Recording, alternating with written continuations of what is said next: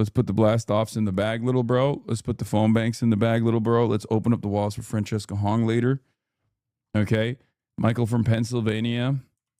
He came in through perfidy, scooped my interview, and then is fundraising crazy style. Okay. This has not gone unnoticed. Okay. I don't like that he fucking fundraised like that. Bring these reacts back after the elections. New chat won't even know what it used to be like. Okay, man. I know. I will. We will fucking bring fun reacts back. I'm trying to incorporate it. Already. I'm trying to add it in. Unnecessary shots at you. What is this? New York City, LA is the most cursed combo. Either you're an Angelino in New York, go home, you're not a New Yorker, or you're a New Yorker in LA. If you can tolerate life there, you lose your New Yorker status. That's crazy. Excuse me. Why not both? Oh, yeah, I saw CNN deleted tweets on Daria Lisa Avila Chevalier's account had favorable references to communist leaders and Marxism. Daria Lisa Avila Chevalier maintained a since deleted Twitter account which with repeated sympathetic references to communism, Marxist ideology, and Soviet figures, including Vladimir Lenin. She said Vladimir Lenin's only crime was that he was a white man or something like that. One archive retweet from 2020 quoted Asada Shakur, the former Black Liberation Army member who in 1977 was convicted in the murder of a New Jersey state trooper before later escaping prison and fleeing to Cuba. In the quote, Shakur said she preferred Ho Chi Minh, Kim Il-sung, Che, or Fidel Castro before studying Marx and Lenin because two white dudes had made contributions to the revolutionary struggle that were too great to be ignored. I mean, yeah, what's the problem? Like, you can't... Okay, we live in 2026, okay? You can't look at this and be like, that's unacceptable. It's not the Cold War anymore, okay? Oh, I'm sorry. Oh, you can't, on the one hand, abide by an inherently white supremacist structure while simultaneously claiming that you are a liberal and therefore oppose white supremacy. Because Asada Shakur was fighting against white supremacy, okay? That's what she was doing. That's what she was doing. You can't just be like, rah, rah, rah, rah, this is a terrorist. And also, regardless of her, alleged actions, is really funny to be like, she retweeted a quote that from Shakur, who preferred Ho Chi Minh, Kim Il-sung, Che, or Fidel before studying Marx and Lenin because two white dudes had made contributions to the revolutionary struggle that were too great to be ignored. That quote in and of itself is basic introductory works to Marxism, to socialism, to communism, but also towards anti-colonial struggle. What are we doing? You know who else read this shit? Woke General Mark Milley. Okay? How are you any different than Fox News being like, woke, lip-tarded gay general Mark Milley read Mao Zedong? How dare you? Like, what are we supposed to do? Close our eyes, plug our ears, and be like, la, la, la, these important contributions to the revolutionary struggle should not be read. Yeah, you know who else read this shit and internalized it? Van Jones did. And he's getting paid, I don't even know, God knows how much, to be on CNN every night to cry tears, real tears for Joe Brandon. During the global war on terror, you were expected to read the literal red book at West Point. Yeah, it's so funny to be like, we can't read this stuff. You're not allowed to read this stuff. What are you talking about? Like, you cannot, no matter how hard you try, liberals want to make this into, oh, well, what about reading the works of Adolf Hitler? It's like, first of all, you should read everything regardless. But secondly, there is no comparison between successful anti-colonial, anti-fascist revolutionary struggle by revolutionary figures and the works that they put down. Okay? Paralyzed Pendant Plug. Thank you for the 10 gifted community subs. Okay, I gave 10. What the fuck? But you cannot compare like Fidel Castro to Adolf Hitler. You know what I mean? Unless you're a fucking insane person, right? Like, that's what's so funny about a lot of these liberals, would they be like, well, Fidel was an enemy of the American state. Okay, Fidel was an enemy of the American state. Like, is that your only assessment? That's the only way that you analyze this stuff, where you're like, well, I've been told this is a bad guy, so I don't really care. You know? I've been told this is a bad guy. Okay, well, you can make up your own mind on whether you think he was doing something wrong or not, you know? By the way, the American state, in this case, is the CIA. Exactly. Yeah, Michael Lang broke down the numbers. By the way, the races were won with a diversity of voters across generations and races. Michael Lang, the election numbers in New York City. Michael Lang looked at the election numbers in New York City, unpacked how the narrative had been portrayed by the media and the establishment is not correct at all. The Democratic Socialist movement is a force to be reckoned with. Sanahan, you were right once again. This is the data that proves everything you said. It's people moving. No one person is above it. Yep. I told you this from my own personal anecdotes, not just like in this race, not just, door knocking and stuff like that, but my own personal anecdotes off of, the No Kings protest that I went to. It's very clear that there is a lot of momentum on the side of democratic socialism, on the side of democratic socialist candidates. And a lot of people who are even older than you would expect are also looking for changes. It's not just young people. It's not the way that they're presenting it. It's not like young, upstart, downwardly mobile white guys with a college degree that's like in DSA. That's just a meme.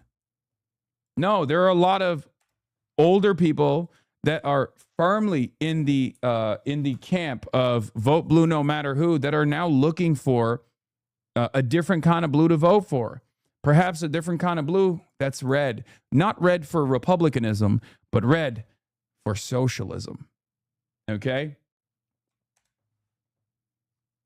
I mean, there are a lot of retired people in DSA too. Yeah, no, but that's not what we're talking about. Okay? Anyway. I was having a conversation with Blue No Matter Who mother about the new red wave of socialism. Yeah.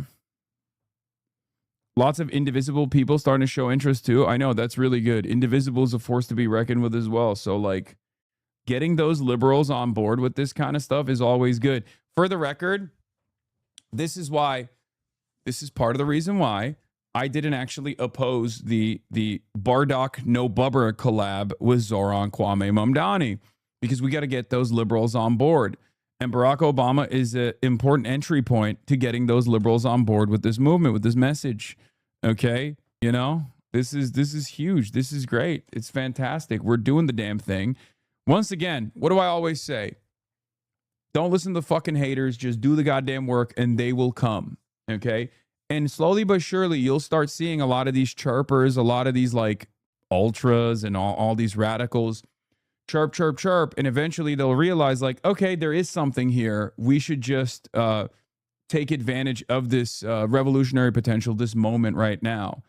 They might not see it initially. They might oppose you. They might oppose what we're trying to do. Right? But eventually, when this becomes an undeniable force to be reckoned with, they'll get on board. Same with liberals. Okay? Indivisible is a bunch of libs who are prone to socialism, and it's very important for DSA branches to have ideological leaders. Otherwise, they're going to get co-opted by libs. I'm not worried about that at all. I'll be honest with you. I think DSA is very good at bringing people in. It's the same as like what I do.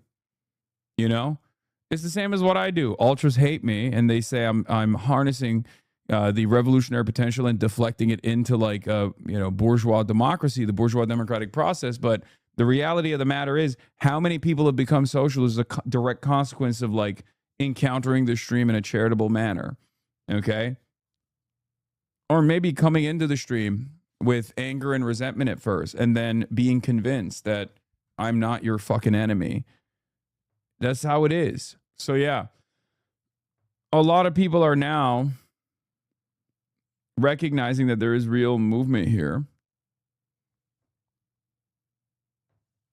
There's real motion here. And they're going to want to join. The guy who helped get Fran on Caroline Stream last year, thank you for having her on, but I first heard about her from Mike. Credit where credit's due. Thanks, Mike. True. I don't think you're sheepdogging or that DSA is even bad. In fact, I like them. I just worry it won't change the capital form and will just be FDR style reforms. Oh my God. Brother, we don't have any of that right now. And you're already complaining about an objectively better future. You understand?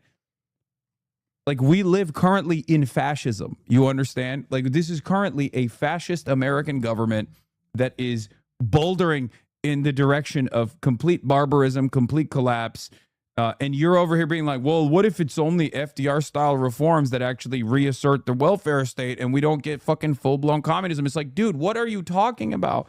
Like, wake up to where we're at right now. Okay. Yes, I know FDR is not socialism. I know that. It's so funny that you're saying that now. But if that moment were to take place, if there is a FDR style figure, you'd be fucking dick riding that shit into oblivion. You're just talking high right now. That's it. I want a world where there are no Republican voters. Like, Republicans don't want to vote for the Republican Party. They're embarrassed. They're like, why would I ever vote for the Republican Party? You know, one party state through the democratic process where they're like, it's unconscionable to vote for a reactionary. Okay. That's what I want to live in. That's the world I want to bring about. Anyway.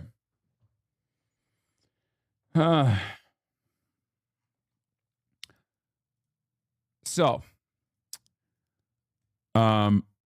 let's get to it. Let's get into it. I know you like the number. We got a lot of number, and we got some good number, some bad number, but exciting number regardless. Here it is. Let's blast off once again. SCOTUS defeats and victories for Trump. Iran, U.S. peace back on. Hogwatch, America 250 fail. Colorado Dems brace for socialism. Francesca Hong for Wisconsin governor in the building later. Denver tomorrow. Get in now.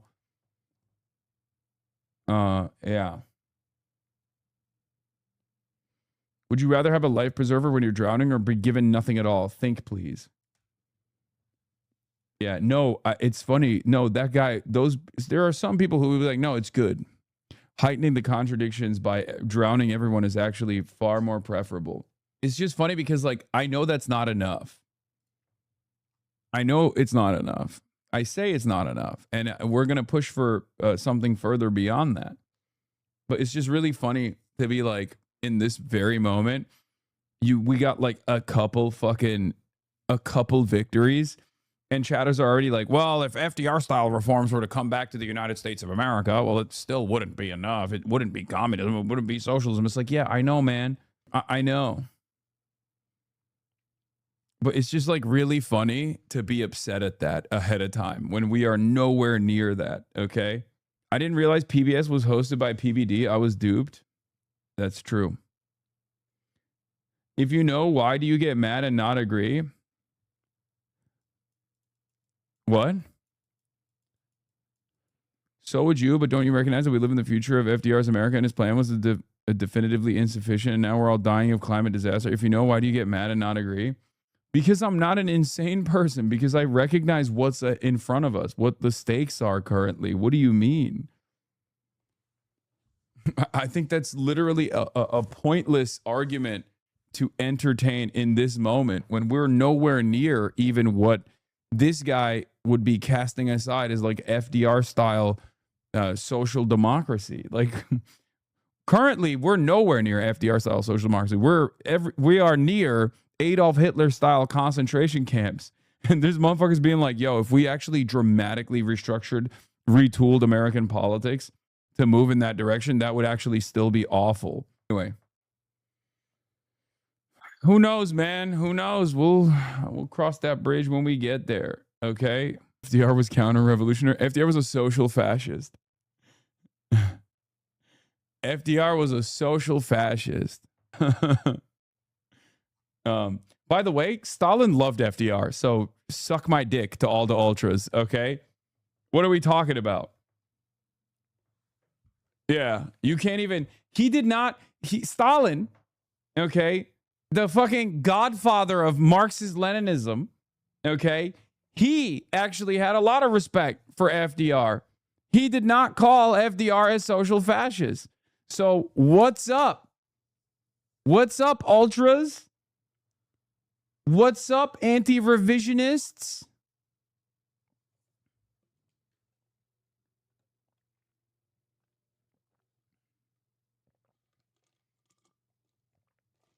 Guy who comes in and says, I mean, I guess ultras don't like Stalin either. There's different Stalin is a revisionist. Stalin is a revisionist himself. Degenerative worker state. The USSR failed project. Stalin is a counter-revolutionary. Anyway, the anti-lib arguments now is that FDR was racist because he excluded black people in the New Deal, as if the word progressive had no meaning. No, I mean, it's true. There is truth to that, and we have to reckon with that, for the record. Like, a lot of these, like, a lot of the bounties of social democracy came at the cost of, like, redlining, which is insane not to address. There is no pathway towards socialism in this country without black socialism. I have always been clear on that, okay? And I will never stop saying that. As a matter of fact, most revolutionary movements were black revolutionary movements in this country as recently as the 60s and 70s. So the notion that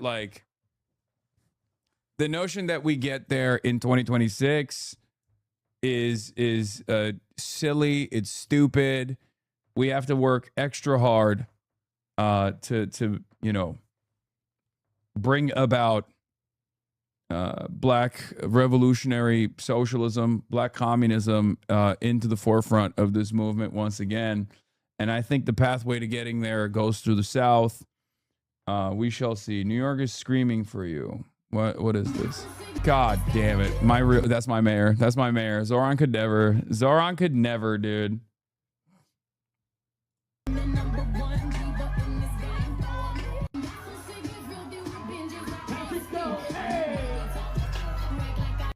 Anyway, let's look at this. William Steakin, Colorado. William Steakin, more like William Streakin, more like William Slackin. Colorado Democrats brace for their own insurgent earthquake. Senator Michael Bennet and Representative Diana DeGette are both facing surprisingly tough races in their Democratic primaries.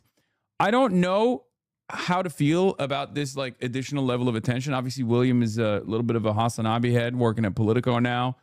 I think he was formerly at ABC, right?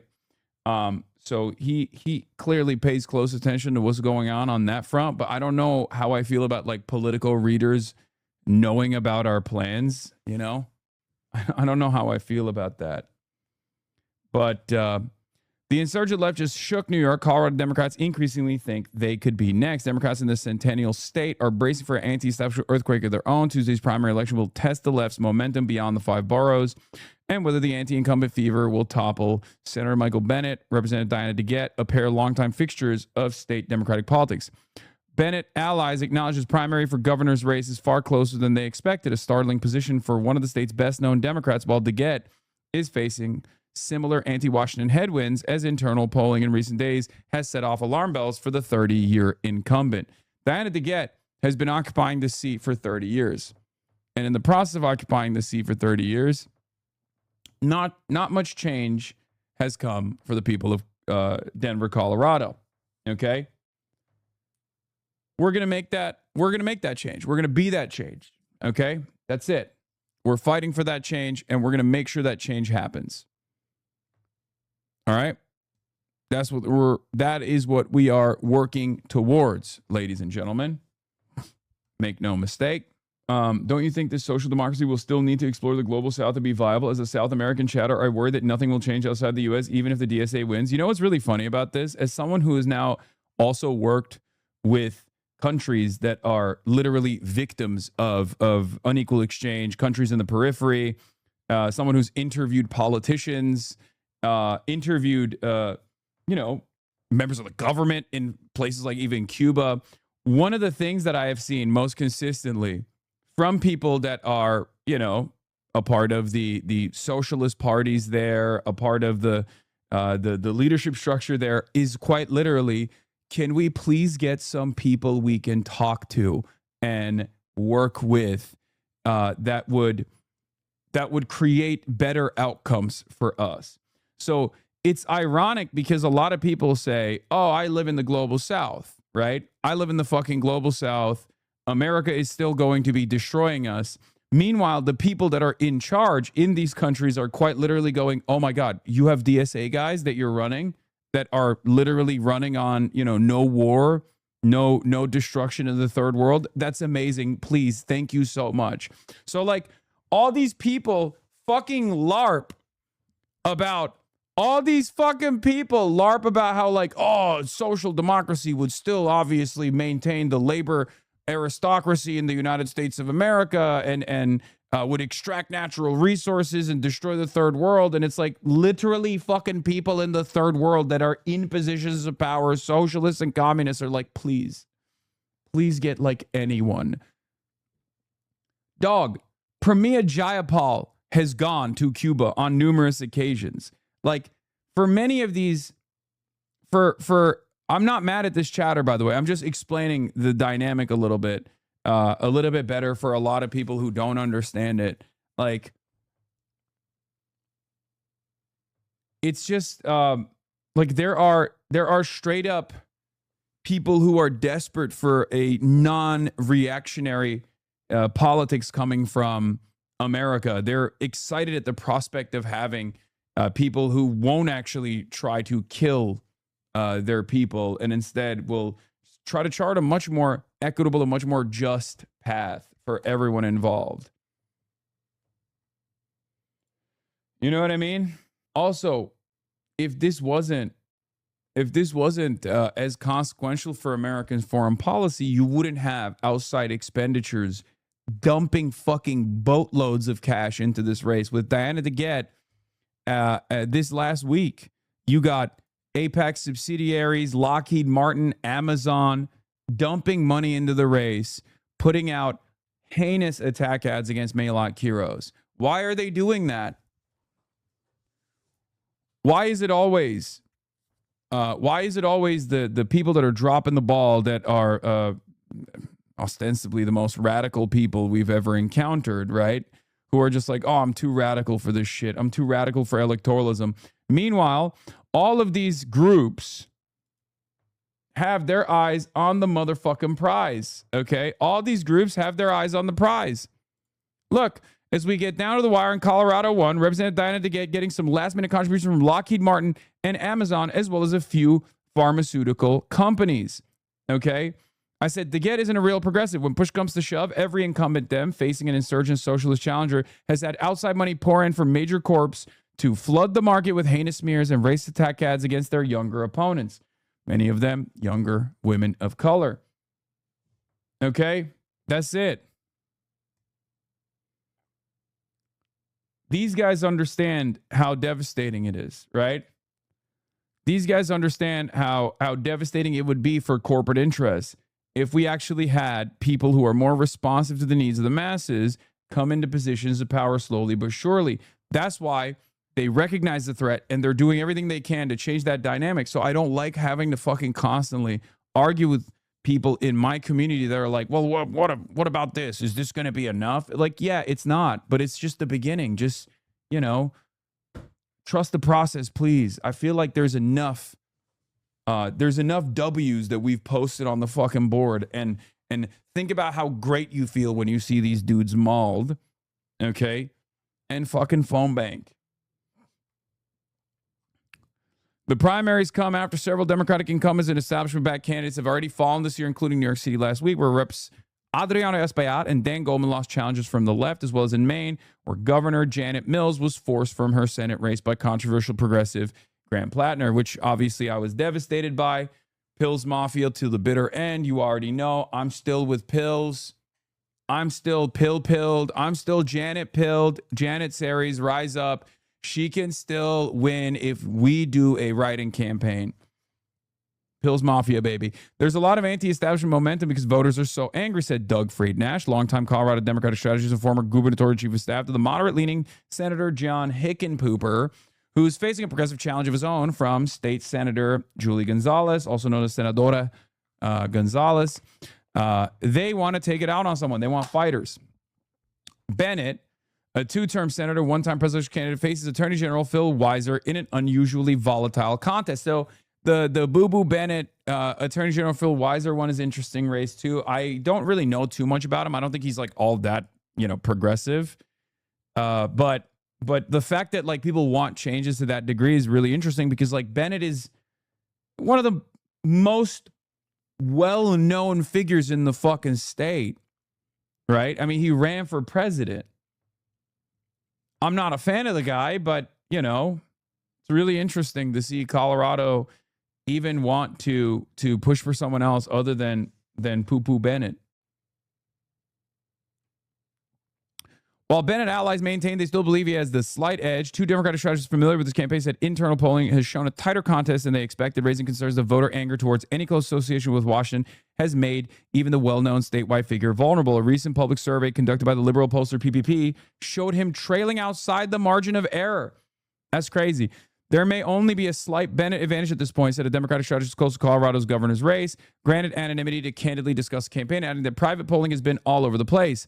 Despite serving as Attorney General for 8 years, Weiser has increasingly worked to cast himself as the anti-establishment alternative by portraying Bennett as the Washington insider, a message several Dem strategists close to the Bennett campaign said has found traction. The race has increasingly become a contest over who has fought President Donald Trump harder, reflecting what many Democrats describe as the defining mood of this year's primary electorate: anger with Washington, frustration with Democratic leadership, and a desire for candidates who project an ability to fight. Coloradans trust Phil's people-powered campaign, not Michael Bennett's establishment Washington-style campaign backed by out-of-state billionaires, corporations, and special interests, Weiser spokesperson Nate Jackson said. Bennett's campaign has sought to change the mantle as well. One of the funniest things that I've noticed, at least, is that I'm an outsider, right? I'm from California. And obviously, like, I assume in the future they'll start attacking me and be like, oh, they're drop shipping outside communists into these races or whatever, right? But what's really interesting about it is that they haven't done that as much in any of the races that I've been involved in. And I suspect part of that is because, like, I have fucking fans in these places as well. So they don't see it as like, they don't see it as me just like coming as an outsider and like bringing people to go and door knock. As a matter of fact, ironically, the only race where they did that was San fucking Francisco. Okay? San Francisco is the only race where they actually hit me nonstop with he's an outsider, he's not from here, he's carpetbagging into the fucking district, he's actually trying to pump Shoycott up, and all of his door knockers are out of towners. That was crazy.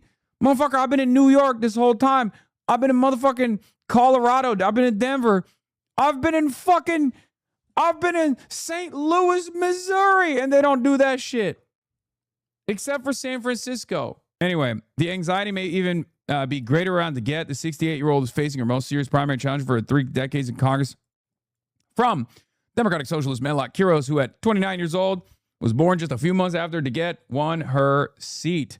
People close to DeGette's campaign say the warning signs have been there for months, but her team's concern ratcheted up in the recent weeks as the campaign's internal polling found the race also narrowing within the margin of error, according to political strategists close to the DeGette campaign. That's when they went super racist with it, by the way. They went super negative. When they saw that, they were like, uh-oh, this is a problem. You could have just stopped with it's San Francisco, we get it. No, you don't get it. And I didn't get it either. San Francisco is literally a different planet. It's unlike anything I've ever experienced. It has some of the wildest ultras, YIMBY, NIMBY distinctions that are more important than anything else.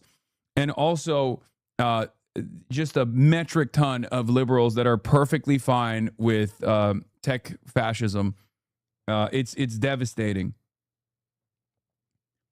It's devastating because it also went to Tom Steyer by like massive numbers on the one hand, but then also opposed Shoycott on the same ballot, ironically enough. You're not getting invited to the Peptide Plus AI-powered bar startup? Yeah. It produced Brace Belden, that's all you need to know? Yeah. Brace is one of my favorite people of all time, which is why I'm always shocked. But yeah, he is a San Francisco nationalist too. It's not even a joke. He really is a San Francisco nationalist. It's very interesting. Anyway, it's just San Francisco's an anomaly. Even after that incident, I think the tech neo-fascists, the neo-feudalist tech overlords have successfully bricked the minds of everyone that lives there, whether it be liberals that actually perfectly welcome this kind of new dystopian future, or whether it be the left and what remains of the left movement in San Francisco. It's crazy. Mad Cutters, thank you for the 10 tier 1 gifted subs. Anyway, so yeah, the Gates team spent weeks warning national Democrats that were facing a far more competitive race than many appreciated. National groups who poured in money to the race's final week in a desperate attempt to save the Congress member. Even as some to get allies privately grumbled that she had not done nearly enough to stave off her challenger. It's not looking great, said one prominent Colorado Democratic strategist familiar with the Gates polling and granted anonymity to discuss private campaign data. It's very tough when you're fighting against the wave. That strategist said they'd also seen a recent private survey that showed Hickenlooper in dead heat with Gonzalez in Denver. Hold up. That is new information. That's actually very interesting. However, that's not good. The most charitable interpretation here is if they meant like the entirety of Colorado, that would be fantastic. But for Julie Gonzalez to defeat Hickenpooper, she's going to have to be showing up significant margins in Denver, I think. The most recent public poll of the race conducted in late May, Hickenlooper led Gonzalez by 41% to 34%, though it had an unusually high number of undecided voters. The Get and her allies, see, it's never good if you're sub 50. If you're an incumbent, okay? If you're an incumbent and you're sub 50, you're fucked, okay? I need you to understand. If you are an incumbent and you're sub 50, you're fucked. That means people are done with your ass. Okay? Remember that. Also, I have to pee really bad. So I'm just going to play the Supreme Court video and I'm going to go pee real quick because I have to pee. I'm sorry. Handed down two key decisions on presidential power and the firing of people from government agencies. Justice has ruled that President Trump does not have the constitutional authority to fire Lisa Cook, a governor from the Federal Reserve Board. But the court backed the president's power to terminate Rebecca Slaughter, a Democratic appointee to the Federal Trade Commission. This ruling grants more presidential power over federal agencies that are considered independent. It overturns 90 years of precedent. CNN Chief Legal Affairs Correspondent Paula Reed is right outside the Supreme Court. So, Paula, walk us through the significance of these decisions today.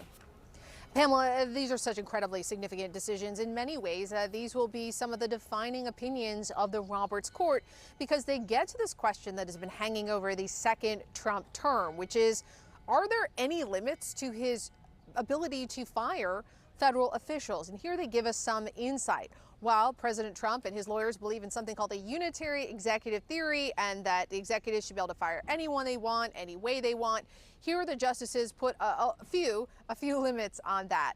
In the one case, they ruled, and it's a really interesting group that was in this majority opinion. It's Chief Justice John Roberts, Justice Kavanaugh, and the three liberals all ruled that he cannot fire an official in the Federal Reserve without going through a process, giving that individual an opportunity to respond, that there are some limits on his power when it comes to firing officials at that agency. Now, that is one that has, of course, always been recognized as being independent of the White House. But in a separate case, when it comes to an employee at the Federal Trade Commission, that he does have the power to fire that individual because that is within the executive branch.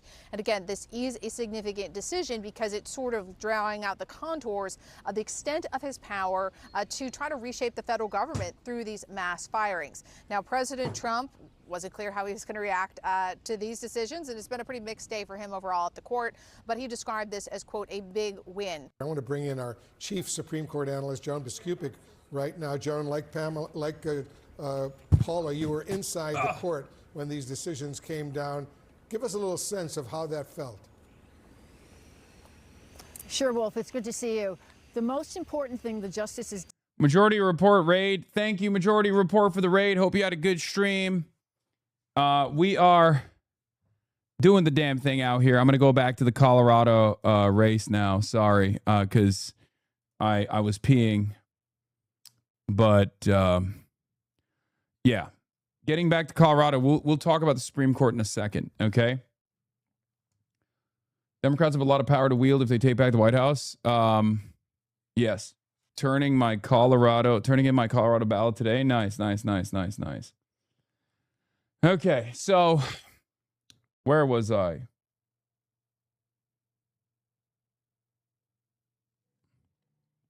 DeGette and her allies are racing the blunt Quiros's momentum. Outside groups have poured roughly $3 million into the race over the past month, including about $2.3 million backing DeGette or opposing Quiros, including $1.3 million in spending since just Monday, mostly for DeGette. Her side has had a nearly 3-to-1 spending advantage down the final stretch. DeGette has also rolled out last-minute endorsement video from Pramila Jayapal, former chair of the Congressional Progressive Caucus, a move that drew quick backlash from some progressives, giving Quiros support from Senator Bernie Sanders and other national progressive leaders. It's been hard, I would say, to get outside groups and funders, as well as even within the city, to understand this was a real race because people like DeGette always won, the Colorado Democratic strategist close to the campaign added. Quiros told Politico last week that she had more than 5,000 volunteers. Her campaign said she had seen a surge of support since New York's results, including more attention, donations, and volunteers, and trying to capitalize on that momentum of more than 60 canvases planned across the city in the lead up to Tuesday, an endorsement from the Progressive Change Campaign Committee, and planned march in Denver's Pride Parade this weekend. We feel very confident that the program that we've built, the movement that we built, is going to be able to combat any amount of money that they throw at us in this final week, Quiros said in an interview. This is the people organizing and making it abundantly clear that they are no longer accepting the status quo and are demanding the change. A dead heat for a DeGette internal for Julie is probably better than you think. It's almost like a Hickenlooper internal. Quiros' supporters say they're trying to recreate the organizing model that helped propel Democratic Socialists. Hold on. Propel Democratic Socialists to sweeping victories in New York. National DSA chapters are hosting phone banks for Quiros nearly every day through Tuesday, while Denver organizers say they expect to knock on just shy of 100,000 doors before polls close. The effort has accelerated since Tuesday's victories. Denver DSA has added hundreds of members this month. Popular Tush Shamir Sam Piker, who became one of the most visible outside organizers in New York by hosting marathon live stream phone banks and campaigning alongside DSA candidates on primary day, told Politico he plans to try to replicate that effort in Colorado, and he intends to host another phone bank marathon for Quiros, which I already did, William.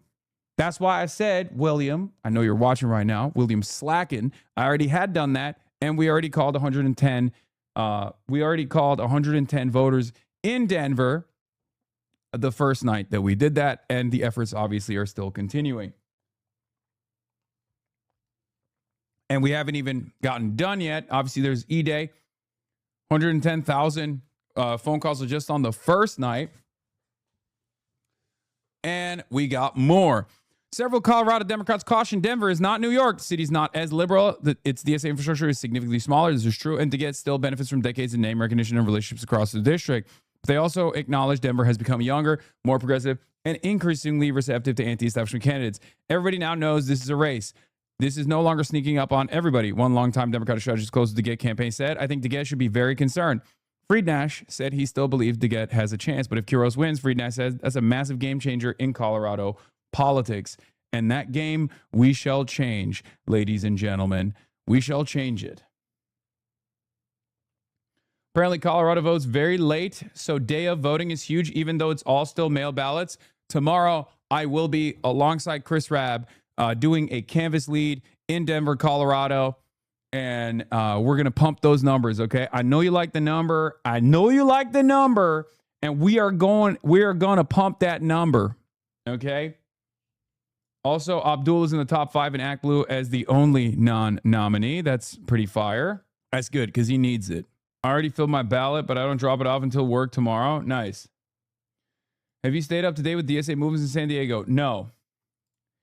I want to talk not just to Gustavo, but to the DSA National and try to, I mean, maybe they already have something like this lined up and I don't know, but try to do like a clinic on with some of the top field leads and you know, get every local DSA chapter up to speed with the victories and the organizing that New York has put forward.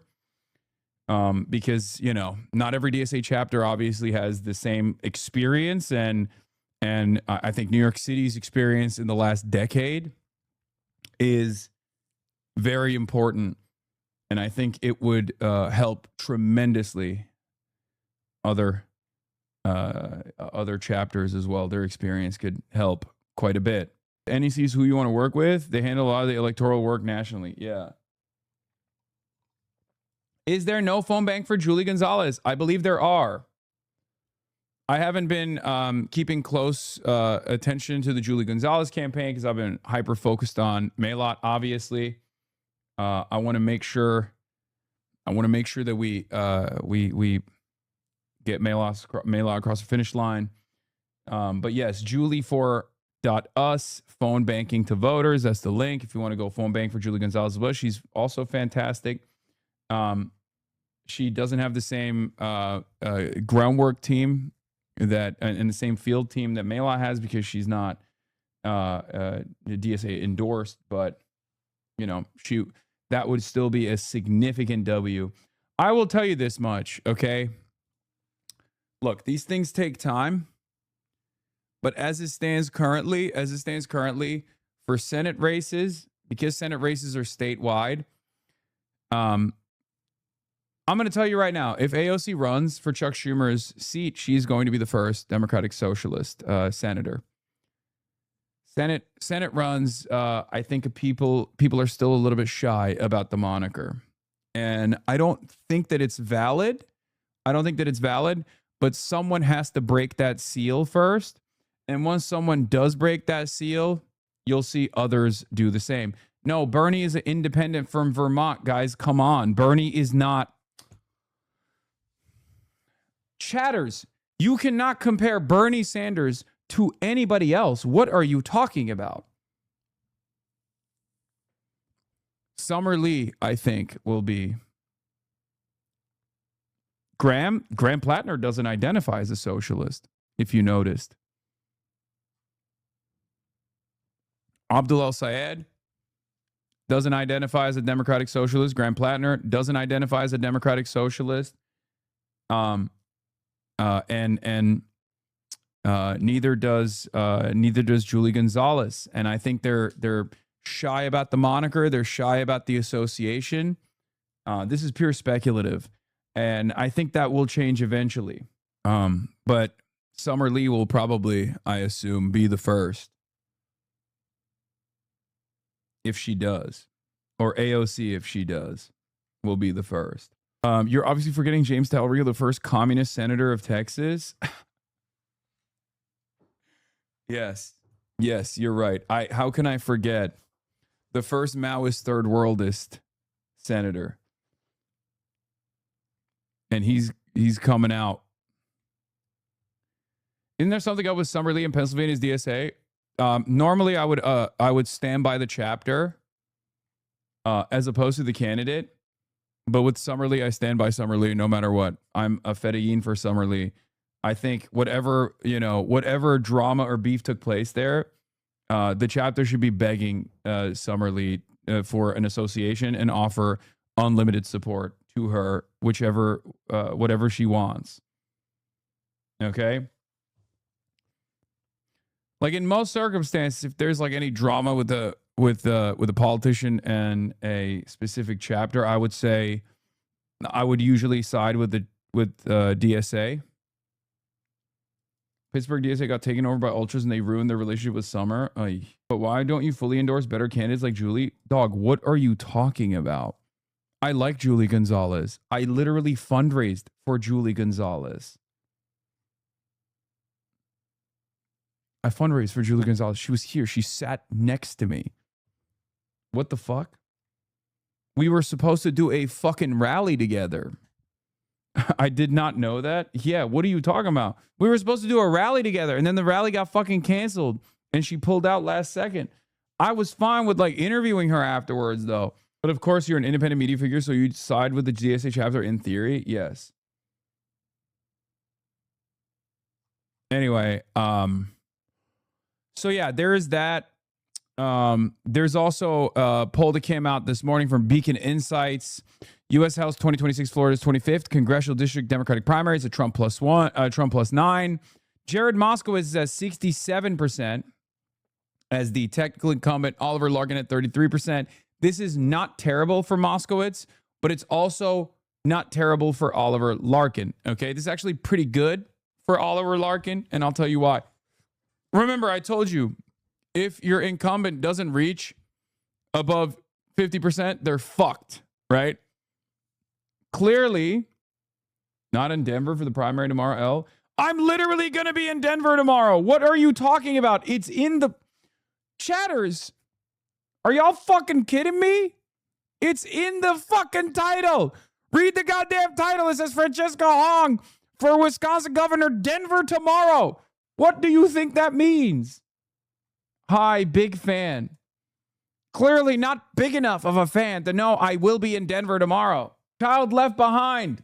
Literally, the reason why I'm not in Denver this entire weekend is because I had Hartsel Gray yesterday, and I have Francesca Hong that we actually set up months ahead of time. If it wasn't for Francesca Hong, I'd be in Denver right now. Okay? Why are you not going to Denver? It's right up your alley. Okay, take a second off. Are you ever coming back to Texas, or are we cooked? I'll go wherever people want me, okay? I'll go wherever people need me. I'll go wherever people want me. They don't have anything to attack you on, I know. I do want to go to Wisconsin before the primaries take place. Back to Oliver, you coming to Florida? Yes. Eventually, we're gonna figure it out. I haven't been able to figure out the perfect, like the most appropriate setting for that. Elijah Manley is a very interesting candidate as well. I like him as well. So why is this not bad for Oliver? Because Oliver Larkin has no name recognition. Nobody knows who he is. So the fact that he's at 33% at this stage is very good. Okay? That's where Maylot was. Okay? That's where all of our candidates have been, right? That's where Daria Liza was. So all it takes is to tie up the rest of the DSA victories with Oliver and, you know, flood that race with money, with support, try to get a significant number of door knockers to be activated for this campaign. The thing is, every poll that's been conducted on this race, even before they were in a different district, shows that once voters hear about Jared Moskowitz's positions and then they hear about Oliver Larkin's positions, those numbers flip and actually go further beyond. Jared Moskowitz receives a genuine, like 40-point drop-off. Okay? When they hear about the positions on an informed ballot, Oliver Larkin destroys Jared Moskowitz. So clearly, this district has an appetite for change as well, as do most Florida districts. Do you understand? I mean, this was like the earliest of, to everyone disappointed in progressive splitting the vote in Illinois, congratulations. I'm the only candidate primary AIPAC back. This was back in March. Okay, this is obviously this race has changed because he's not running. They're not even running in the same fucking district anymore. I am the only candidate primary AIPAC backed. Jared Moskowitz in Florida 23rd, and our first poll shows a clear path to victory if we get the word out. Please donate and help us invest early. Okay. This new district that he's in is even better, ironically enough, for him. The previous district was going to be a very interesting test to see if, like, anti-Israel politics, like to see if, you know, anti-genocide politics works in a district that has some of the highest number of dual citizens with the nation state of Israel. And even in that district, it was working. This district is different now. This new district is different. Okay? Yeah, Larkin is the only candidate whose support grows when voters hear about the field. This is Florida 25 polling memo. Oliver Larkin for Congress, from Oliver Larkin for Congress. New poll, Florida's 25th congressional district completed by middle seat finds Oliver Larkin gaining 18 points on the informed Democratic primary ballot to a statistical tie for first and leading both Republican opponents in the November general by 9 to 12 points. The primary ballot was tested with Debbie Wasserman Schultz, Jared Moskowitz, and Oliver Larkin. Wasserman Schultz has not announced her 2026 plans, but Florida 25 contains the largest share of her current constituents under the new Florida map and remains the most logical home if she seeks re-election. Now, again, Florida 25th is where Moskowitz is running, and Debbie Wasserman Schultz is carpetbagging to a black district. And she is most likely going to lose for that reason. We're going to make sure that that happens. Elijah Manley is going to win Florida 20. Elijah Manley is going to win Florida 20, okay, against Debbie Wasserman Schultz. And we are going to take out Jared Moskowitz in Florida 25th Congressional District and put in Oliver Larkin if things work out well, okay? That's the goal. That's the plan. All right? Here is Oliver's polling analysis on, this was... It's Oliver Larkin, Democrat primarying incumbent Jared Moskowitz for Congress in South Florida. Our campaign just released the first public general election poll in Broward, Miami-Dade, and Palm Beach County's 25th Congressional District, and here's what we found. Ron DeSantis and Florida Republicans have dummy-mandered the state. Our poll finds a baseline of Democrats leading Republicans on the general ballot by 51 to 39%. Yeah, that's the other beautiful side of this story, is that the Republicans got too fucking hasty with their gerrymandering and have actually opened up a bunch of opportunity districts, a bunch of swing districts now, because they wanted to drop the fucking numbers like a bunch of idiots. And now you got someone like Oliver Larkin who actually could genuinely defeat a Republican challenger, as opposed to Jared Moskowitz, who I think is going to have a harder time defeating a Republican challenger because his positions are fucking identical to the Republicans, but he has a D next to his name. That's the problem. Jared Moskowitz has been running up and down this goddamn fucking state talking about how he's a DeSantis Democrat, how he actually loves Marco Rubio, how he actually thinks this war against Iran is fucking fantastic. No one is voting for him in that general. Do you understand? Even in a fucking blue wave year, we cannot risk losing this goddamn district. Someone who is anti-Israel, someone who is against American militarism, someone who's pro-Medicare for all, will fucking clean up in this goddamn district. Okay? What are the cross-endorsement plans beyond your endorsement and megaphone? Oh my God, dude, I don't fucking know. Okay? I don't know right now. What do you want me to, what are you saying? I don't know. Don't yell at me.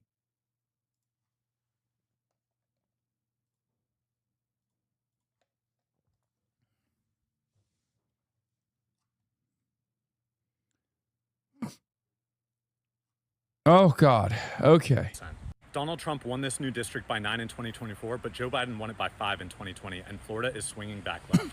This poll represents a 21-point swing from the 2024 election result, but it's not just polls. It's the actual results, like Boca Raton electing their first Democratic mayor in over 3 decades. And in the only public general election polls against the 2 leading Republican contenders, our campaign leads them by 9 points and 12 points respectively. This is a seat that Republicans have tried to carve up to give themselves a better chance of winning in the midterms, but as we see, Democrats hold a strong chance of keeping this seat blue and winning this toss-up race. 86% of Democratic primary voters want to condition or cease U.S. military aid to Israel, and 68% of general election voters want the same thing. We are the only campaign running on what the people of South Florida demand, and we can win this race, but I need your help. So please, donate to our campaign today and help spread the word. Anyway, I'm gonna be doing an online rally for Larkin later tonight as well. Sorry, I don't understand. Can someone tell me exactly where Larkin at 33 can beat Moskowitz at 67? Because every single informed... Look, Larkin has been following Moskowitz around the state, basically, at this point. Okay? Initially, they were running in the same district in Florida 23rd. New districts get new districts open up, and Florida 25 is where Moskowitz has decided to run as the incumbent, and Oliver Larkin is going to take him out. Now, the primary isn't until August 4th, so we got time. That's number one. Number two, every single informed ballot poll has shown that once voters review the candidate biographies, once voters actually find out what their point of view is, okay, what Jared Moskowitz has said, what Jared Moskowitz has done versus what Oliver Larkin wants to fight for, they go to Oliver Larkin. So for us, we have to pump those fucking numbers. We have to increase the salience of this race, which hasn't gotten a lot of national attention. And also on top of that, it's August 18th. Sorry. Not August 4th, August 18th. So we have to increase the salience of these issues, and we have to get Oliver Larkin more shine. We have to get him more media attention so that, voters are more informed about who he is and what he's fighting for, what he's about. Okay? It's a voter education issue, not an R versus D issue. Yes. My DSA is going down to Oliver to canvass this weekend. Solidarity from St. Petersburg, not Russia. Anyway, please wear the suit when you go to Florida as well, Law. I will be. I don't give a shit how hot it will be.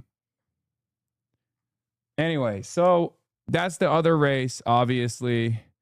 And, there's some hope there. Anyway, Adam Carlson reports from Zenith Polls the field dates, which we don't know, are critical here. If fielding wrapped up a few days ago, that's a good sign for Hick. Gonzalez will likely need to win Denver by a decent bit if she wants to win statewide. But if it was fielded a few weeks ago, well, most indications are that the progressive/outsider candidates have all the late momentum. So that means Gonzalez could have pulled ahead of Hick in Denver and could give him a real run for his money statewide. Okay? Strategist says they've seen a recent private survey that showed John Hickenlooper in a dead heat with Gonzalez in Denver. I'm worried about their Colorado Attorney General race. David Seligman is incredible, but he has 2 spoilers against a known frontrunner, Jenna Griswold. Yeah, I have not paid attention to the Attorney General race.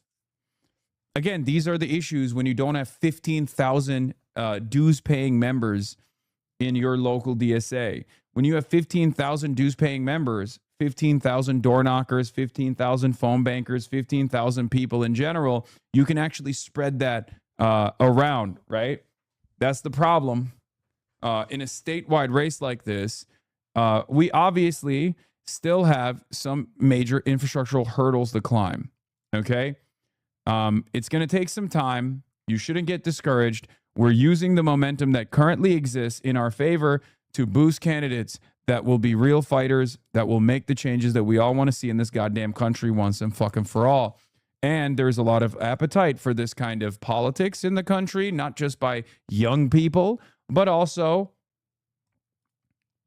by older voters as well. Axios wrote about this. Let's take a look. Dems Tea Party-like rebellion built by a decade of frustration.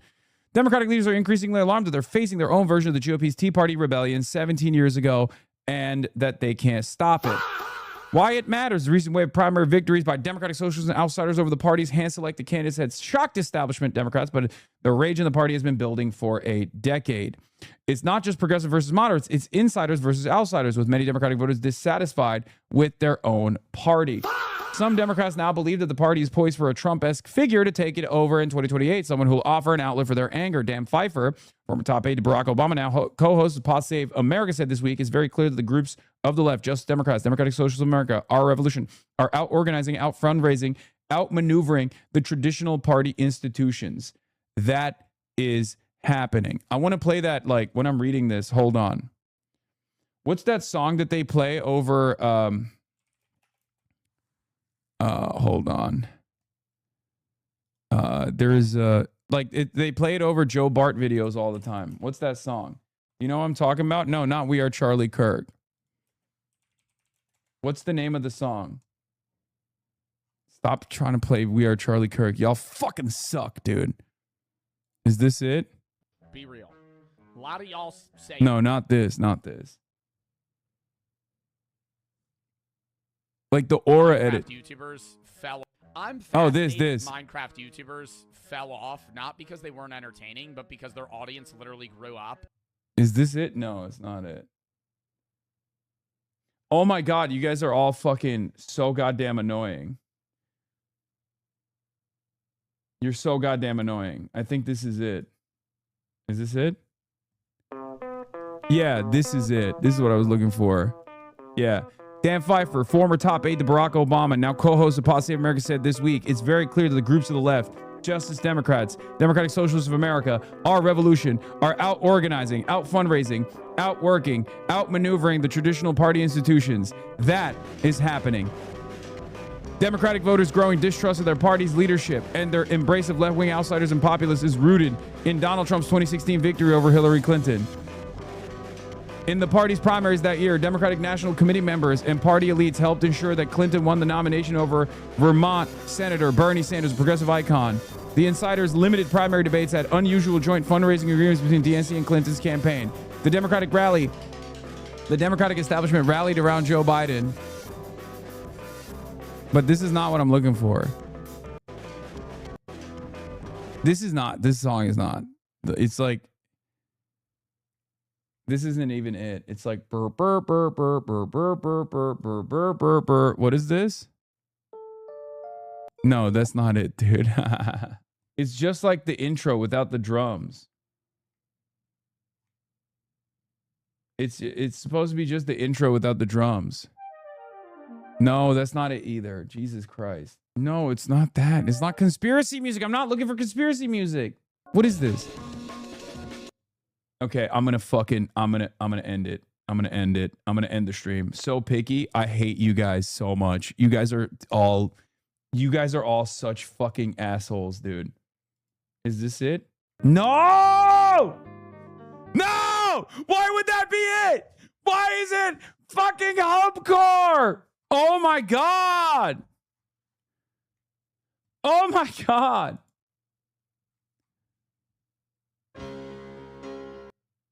Okay, we're done. We're done with this.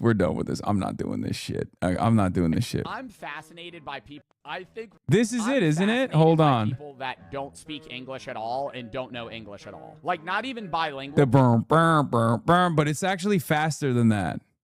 Just so I want to know that. It's like faster. I think Rakai's audience. Oh my God. Oh my God. Oh my God. Oh my God. Dude, there's 26,000 people in here, and there's people trying to rickroll me. You are literally 854 years old, Grandma. Grandma, get back to the old folks' home. Grandma, you're going to throw your hip out trying to fucking spam the rickrolling link. It is this, but it's just the intro. Yeah. This is it. Thank you. You found it. You found it. This is literally what I was looking for. Oh my God. Ricky Chainsaws.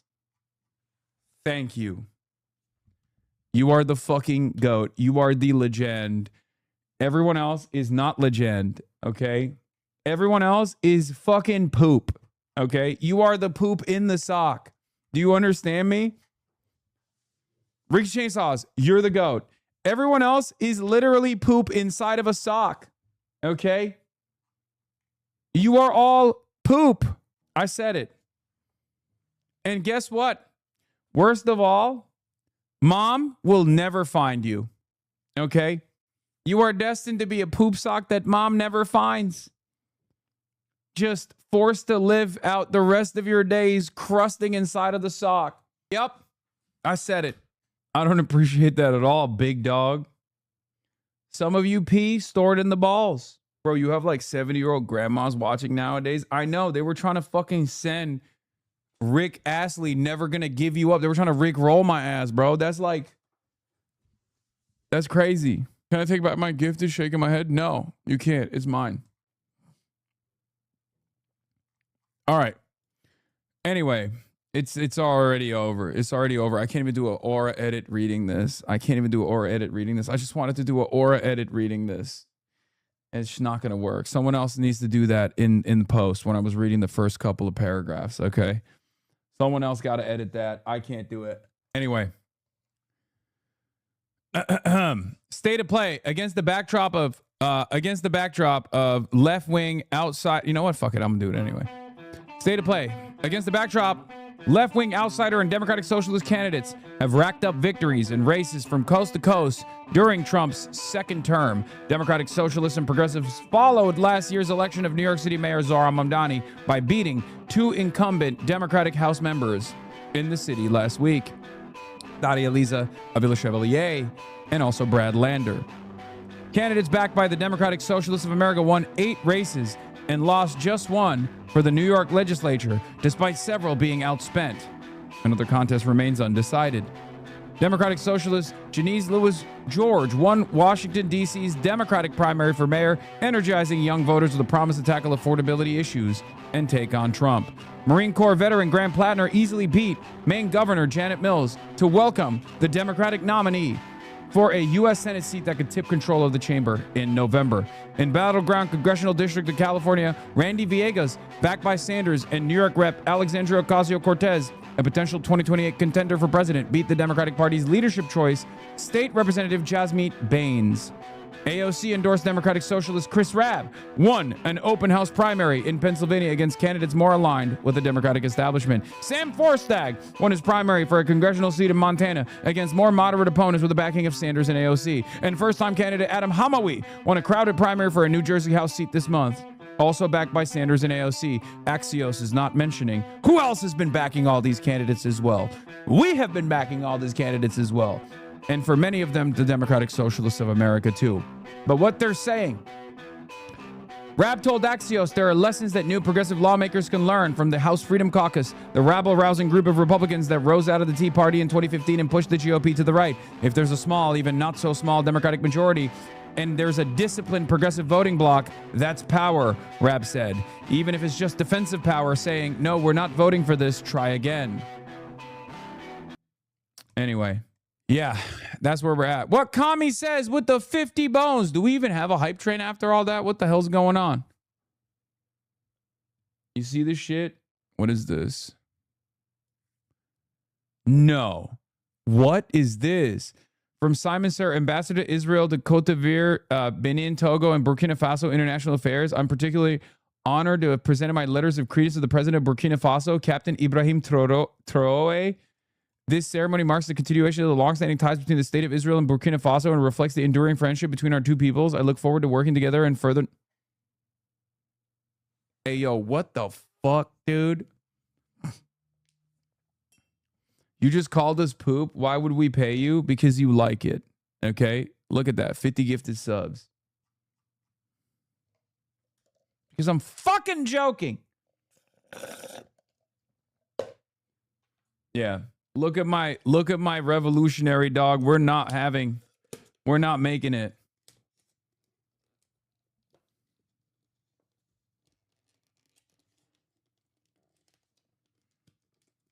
Explain the joke. I don't literally think you are the sock. You are the poop inside of a poop sock. Okay? Yeah, Sankara wept. What a spectacular disappointment this is. Word on the street is birthright is getting overturned this week. Bro, they did not get the meme that this is dirtbag left. Pat Mahoney, thank you for the 10. All these gifted subs and we're still not getting a fucking hype train going. I don't know what's going on. Anyway. Yeah, we got primaries in Colorado, including governor's race, the battle in the Denver-based congressional district where a young Democratic Socialist is challenging longtime incumbent. The gubernatorial primary in Wisconsin, where many state Democrats fear Democratic Socialist Francesca Hahn could win. The Senate primary in Michigan, where left-winger Abdul El-Sayed could beat the establishment's preferred choice, Representative Haley Stevens. We will win, I believe. And this will not just be a victory for the movement of democratic socialism, for the movement of progressives in this country, for people who are demanding a fighter to go to Congress. This will be a victory for all the people in the American working class, for the entire American working class. You understand? The Freep endorses Mallory McMorrow. That's the Denver Free Press. I don't think that's the Free Press. That's the Denver Free or Detroit Free Press. That's not Barry Weiss. It's a different outlet. Look at my logs. Pray. Did you look at Andy Burnham's economic policies in the UK? They look relatively promising from a quick search. I have not. Denver return ballots thread. Here's some updates about Denver, Colorado. Okay. Denver, Colorado. Zachary Donini, head of data science at VoteHub, says Denver's cumulative return ballots have grown younger each day over the past few weeks, mirroring a broader pattern we've seen nationally. It is a promising and generally expected development for progressives. Denver's return ballot electorate remains very old, and given the trend, I am highly skeptical the final electorate will look anything like today's returns. Given recent trends, we are preparing for a substantial progressive shift as more ballots are counted in Colorado. Last week in Utah, we saw a dramatic late ballot shift. Among the first 63% of voters counted, McAdams led the field by 25 points. Among the rest, progressive candidates led by 31 points, a 56-point swing, a similar pattern to the LA mayoral race. It turns out a lot of the young voters wait till the very last moment. DSA National is already doing this. We have a national summit coming up, and one of the tracks is built exactly for this. DSA comrades from around the nation will come together to discuss strategy, share experience, and organize for the future. I assume that there's probably some plans in the works for this. What is this? Jonathan Greenblatt goes after DSA over anti-Semitism. Oh, shut the fuck up, Jonathan. Nobody wants to hear from your bald ass. Son of a bitch. Can you go to the DSA convention if you aren't DSA? Are you asking me? Because I have been to the DSA convention. I was there last year, and of course I plan to attend again this year as well, if they will have me. Trump is live. Well, I think it's a big threat to our nation. All right, let's go to this fucking asshole. Now that we did some aura farming and hope They use the word social and democrat change 'cause it farming. sounds so nice, but it's really communism you're talking about. I think it's the biggest threat to our nation there is, maybe since our founding. That includes World War I, World War II, September 11th. It includes the Pearl Harbor attack. I think this is the biggest threat to our nation. People will smile when I say that, but the smart people are going to say, you know, he's probably right. It's basically introducing communism into the United States. Yeah, DSA convention is next year, right? In 2027, Thank you very much, I think. everybody. Thank you, guys. Thank you, guys. Thank you, guys. Thank you all. Thank Wow, you so that was much. fast, dude. He just dropped a dime about communism being the biggest threat. Communism being the biggest threat to Americans is Pearl Harbor, and then he's done. Why are you not a DSA member? I'm just curious. I'm an independent media figure. That's why. I'm just an outsider, random guy. You know, a random guy with opinions. That's it. That's all it is. You know, just a random guy. I have no affiliation whatsoever. You guys should join DSA though, of course. But I'm a numbers guy. If you're younger, you should also join YDSA. YDSA is even more based than DSA in general. Yeah, I can't be a DSA guy. I went to the DNC, guys. What are you talking about? I'm just a guy. Apolitical. I'm an apolitical guy. I'm a tiny nation the size of New Jersey, like Israel. You know? I'm just a random guy who likes high-level ideas, you know? YDSA is all communists? I know, they're awesome. Anytime I meet a YDSA person, anytime I meet a YDSA student, okay, their worldview is like, oh yeah, their worldview is far to the left of the average DSA person. They're the ones who are like, the DSA are actually social democrats, which is the fascist wing of the social democracy is social fascism. It's in August. I'm a DSA member, applied to go and got denied my application. Apparently selected, trying not to punch left, but disappointed in the process. No, that's not the same as the actual the one where all the delegations come together. It's a leadership summit, I believe. I don't fucking know. I don't know the full details. Look, I'm not DSA. I don't know the details. Okay, I'm just a random guy.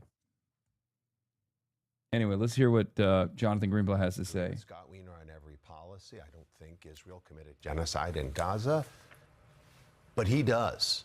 And he called it a civilian disaster. And he's spoken out strongly and repeatedly about the Israeli government.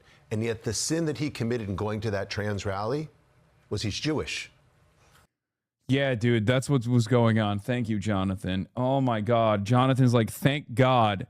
Thank God I can complain about the anti-Semitism again.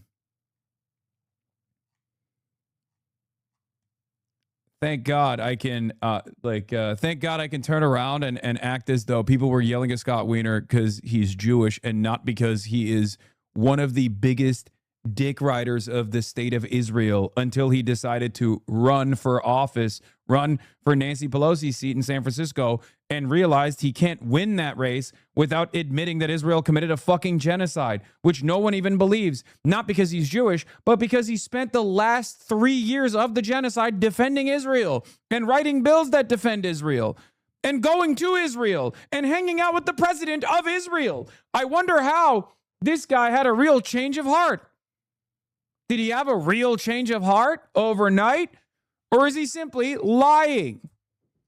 There is a lot Scott Wiener has to address for if he is actually now turned over a new leaf. The fact that Jonathan Greenblatt is defending Scott is the most massive red flag about where Scott really is on the issue. Yeah, I mean, he would do that. Yeah, if you want to know what Scott Wiener's like actual point of view is, here he is, August 12th, 2024. Protests block Golden Gate Bridge. Protesters get arrested. DA charges protesters. The response, there's a pro-Israel Jew behind the curtain controlling the DA. Criticize the charges all you want, but stop with the classic anti-Semitic trope that Jews control the government.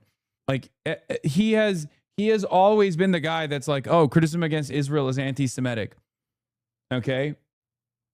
I love Wiener's performative 1,000-yard stare as he nobly takes the high road and walks away. Yeah, man, I actually 100% believe this is the moment. This is the hardest your life has ever been.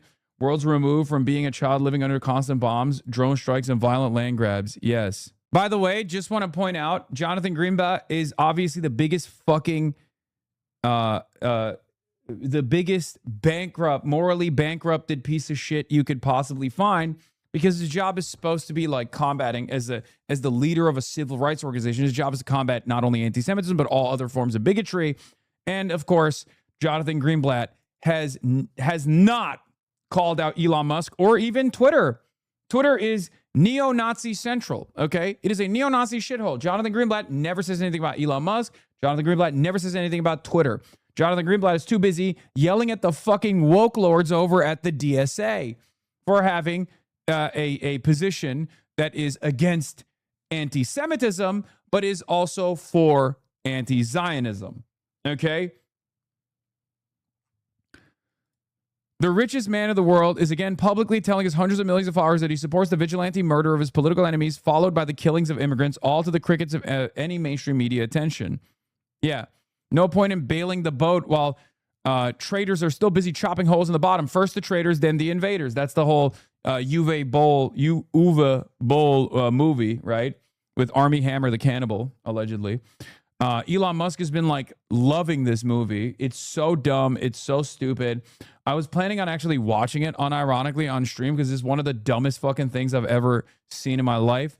I've seen bits and pieces of it. Like the parts that these guys are straight up promoting. The parts that these guys are straight up promoting on Twitter are unbelievably stupid. Like it looks like a ChatGPT wrote the fucking script.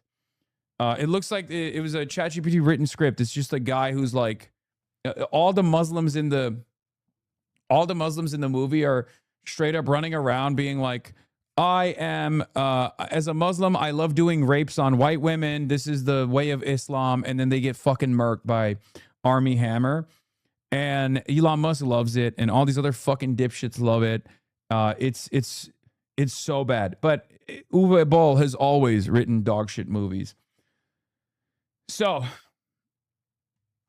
as I was saying, though, Aaron Reichlin Melnick points to the South, says the richest man in the world is again publicly telling his hundreds of millions of followers that he supports the vigilante murder of his political enemies, followed by the killings of immigrants, all to the crickets of any mainstream media attention. Yes, and despite posting Nazi propaganda on a weekly basis, namely great replacement content, the ADL and Jonathan Greenblatt refused to mention it, much less condemn it, because Musk supports Israel and pro-Israel censorship on this site. So yes, your words mean nothing, Jonathan Greenblatt. We all know. You defended Elon Musk after he hit the double sig Heil, okay, the day of the election. At the inauguration, sorry, not the day of the election. At the inauguration in front of the entire world and in front of everyone in America, Elon Musk double sig Heiled, and you fucking defended it. Everybody knows you are a bankrupt, morally bankrupted charlatan, okay? It's the same sin that Dan Goldman committed. Congressman Dan Goldman, who was at a coffee shop in Brooklyn last weekend. He had the sin of bringing his 7-year-old daughter into the coffee shop to get a cup of coffee so she could also use the bathroom. And then he was harassed and humiliated online. This is someone else who's spoken out repeatedly against the Israeli government. No, but he has. Malone sponsored Medicare for All and the Green New Deal and was the lead prosecutor in the first Trump impeachment case. But what was Dan Goldman's sin? Like Scott Wiener's sin? Dan is Jewish. Look, the Democratic Party, Dog. and as you know, I worked Dog, this is so funny. They literally erased Brad Lander and his Jewish background from the conversation, okay? They just straight up treat Brad as he's not a Jew, okay? It's unbelievable. If I was in his shoes, I'd be fucking pissed off about this shit. I'd be like, what the hell's going on? Bro, they literally have erased Brad Lander's Judaism. He is no longer a Jew in the eyes of Jonathan Greenblatt and all these other people. It's unbelievable. They make it seem like Brad Lander is not Jewish and the district is not Jewish. Okay? This is a district with a lot of Jewish voters that voted for Brad Lander, who is Jewish, as opposed to Dan Goldman, who's also Jewish. But because Dan Goldman is pro-Israel and Brad Lander is very critical of Israel, far more critical of Israel in sincere ways, even albeit contradictory ways, but sincere ways, that they are straight up erasing his Jewish identity. It's fucking insane. I've never seen anything like it.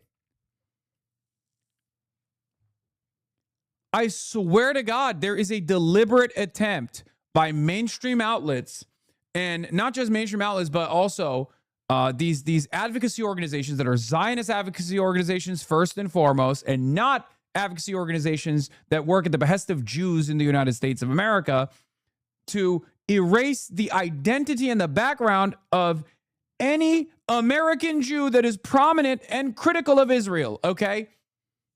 Obviously, anti-Zionism is a non-starter. No mention ever will be made of Norm Finkelstein or Ilan Pappé or Avi Shalom. Avi Shalom and Ilan Pappé are literally Israeli Jews too, ironically enough. Okay? None of that. No mention of Gabor Mate, Holocaust survivor. Like, these are prominent Jews who are also prominent anti-Zionists, okay? It's remarkable. What is the line? What is the line? I just don't understand what the line is. Like, these guys are so aggressively and so desperately trying to concoct a narrative that the only people that are actually Jewish are people who are pro-Israel. And as a matter of fact, you can be a Christian, and if you're pro-Israel, you're more Jewish than actual Jews who are anti-Zionist. What the fuck? No one believes this shit. And not only does no one believe this shit, you don't want people to believe this shit. You don't want the association with Judaism and Zionism, you fucking idiot. That is the association that creates more anti-Semitism. God damn. Obama White House. I worked in the Clinton White House. The Democratic Party has an anti-Semitism problem, and I can define it in 3 letters: the DSA. The DSA, the Democratic Socialists of America, they should call it, discrimination and stereotyping and anti-Semitism. And I say that because we see this as the common thread that seems to link this party and their activists. They're not Democrats, but an obsession with the Jewish state seems to be the common. Dog, your whole life is an obsession with the Jewish state. What are you talking about? Like, says you, motherfucker. What do you mean? Your whole job is to defend the Israeli state. You fly to Israel. You work with the Israeli government. You are literally an agent of the state of Israel. What the fuck are you talking about? The obsession with the Jewish state. Your whole job is to be obsessed with the Jewish state. Common denominator when you look at these candidates. Now, look, I want to be super clear. There's problems with anti-Semitism on the right as well. I'm not suggesting this is only a problem on the left. But we see this again and again and again. We see this in these congressional races last week. And by the way, we're seeing it right here in the city of New York with the largest Jewish population in the world. I don't agree with Scott Wiener. Hold on. Get a load of fucking Bill Maher. He's doing an episode with Kevin Spacey. Oh my God. Oh my God. Incredible. Incredible. Incredible. Club random, dude. On behalf of the bald delegation, we don't claim him. Yeah. Hold on. Anyway, look at the reply. Bill Cosby wasn't available. Yes. The green jacket, the green suit jacket is phenomenal. Thank you. You can't just claim you're guys that suck at balls. I have to deal with Riley Gaines existing. Yes, I know. Ben Jordan mentioned me. I have it. Nira crying that Plattner's not winning hard enough, lol. Yeah. In New York Times 2020 poll, Sarah Gideon was up 49-44. In this poll, Plattner is losing white non-college voters 59-36. People who took a big gamble that an unvetted candidate who codes working class would do better with working class voters seem wrong, according to this poll. At this point, you have to understand Neera Tanden and everybody else want Grant Plattner to lose. Okay? They don't care if the Democrats lose the Senate majority. They would much rather prove the argument that like left populism fails, and they're doing everything in their power to ensure that left populism fails.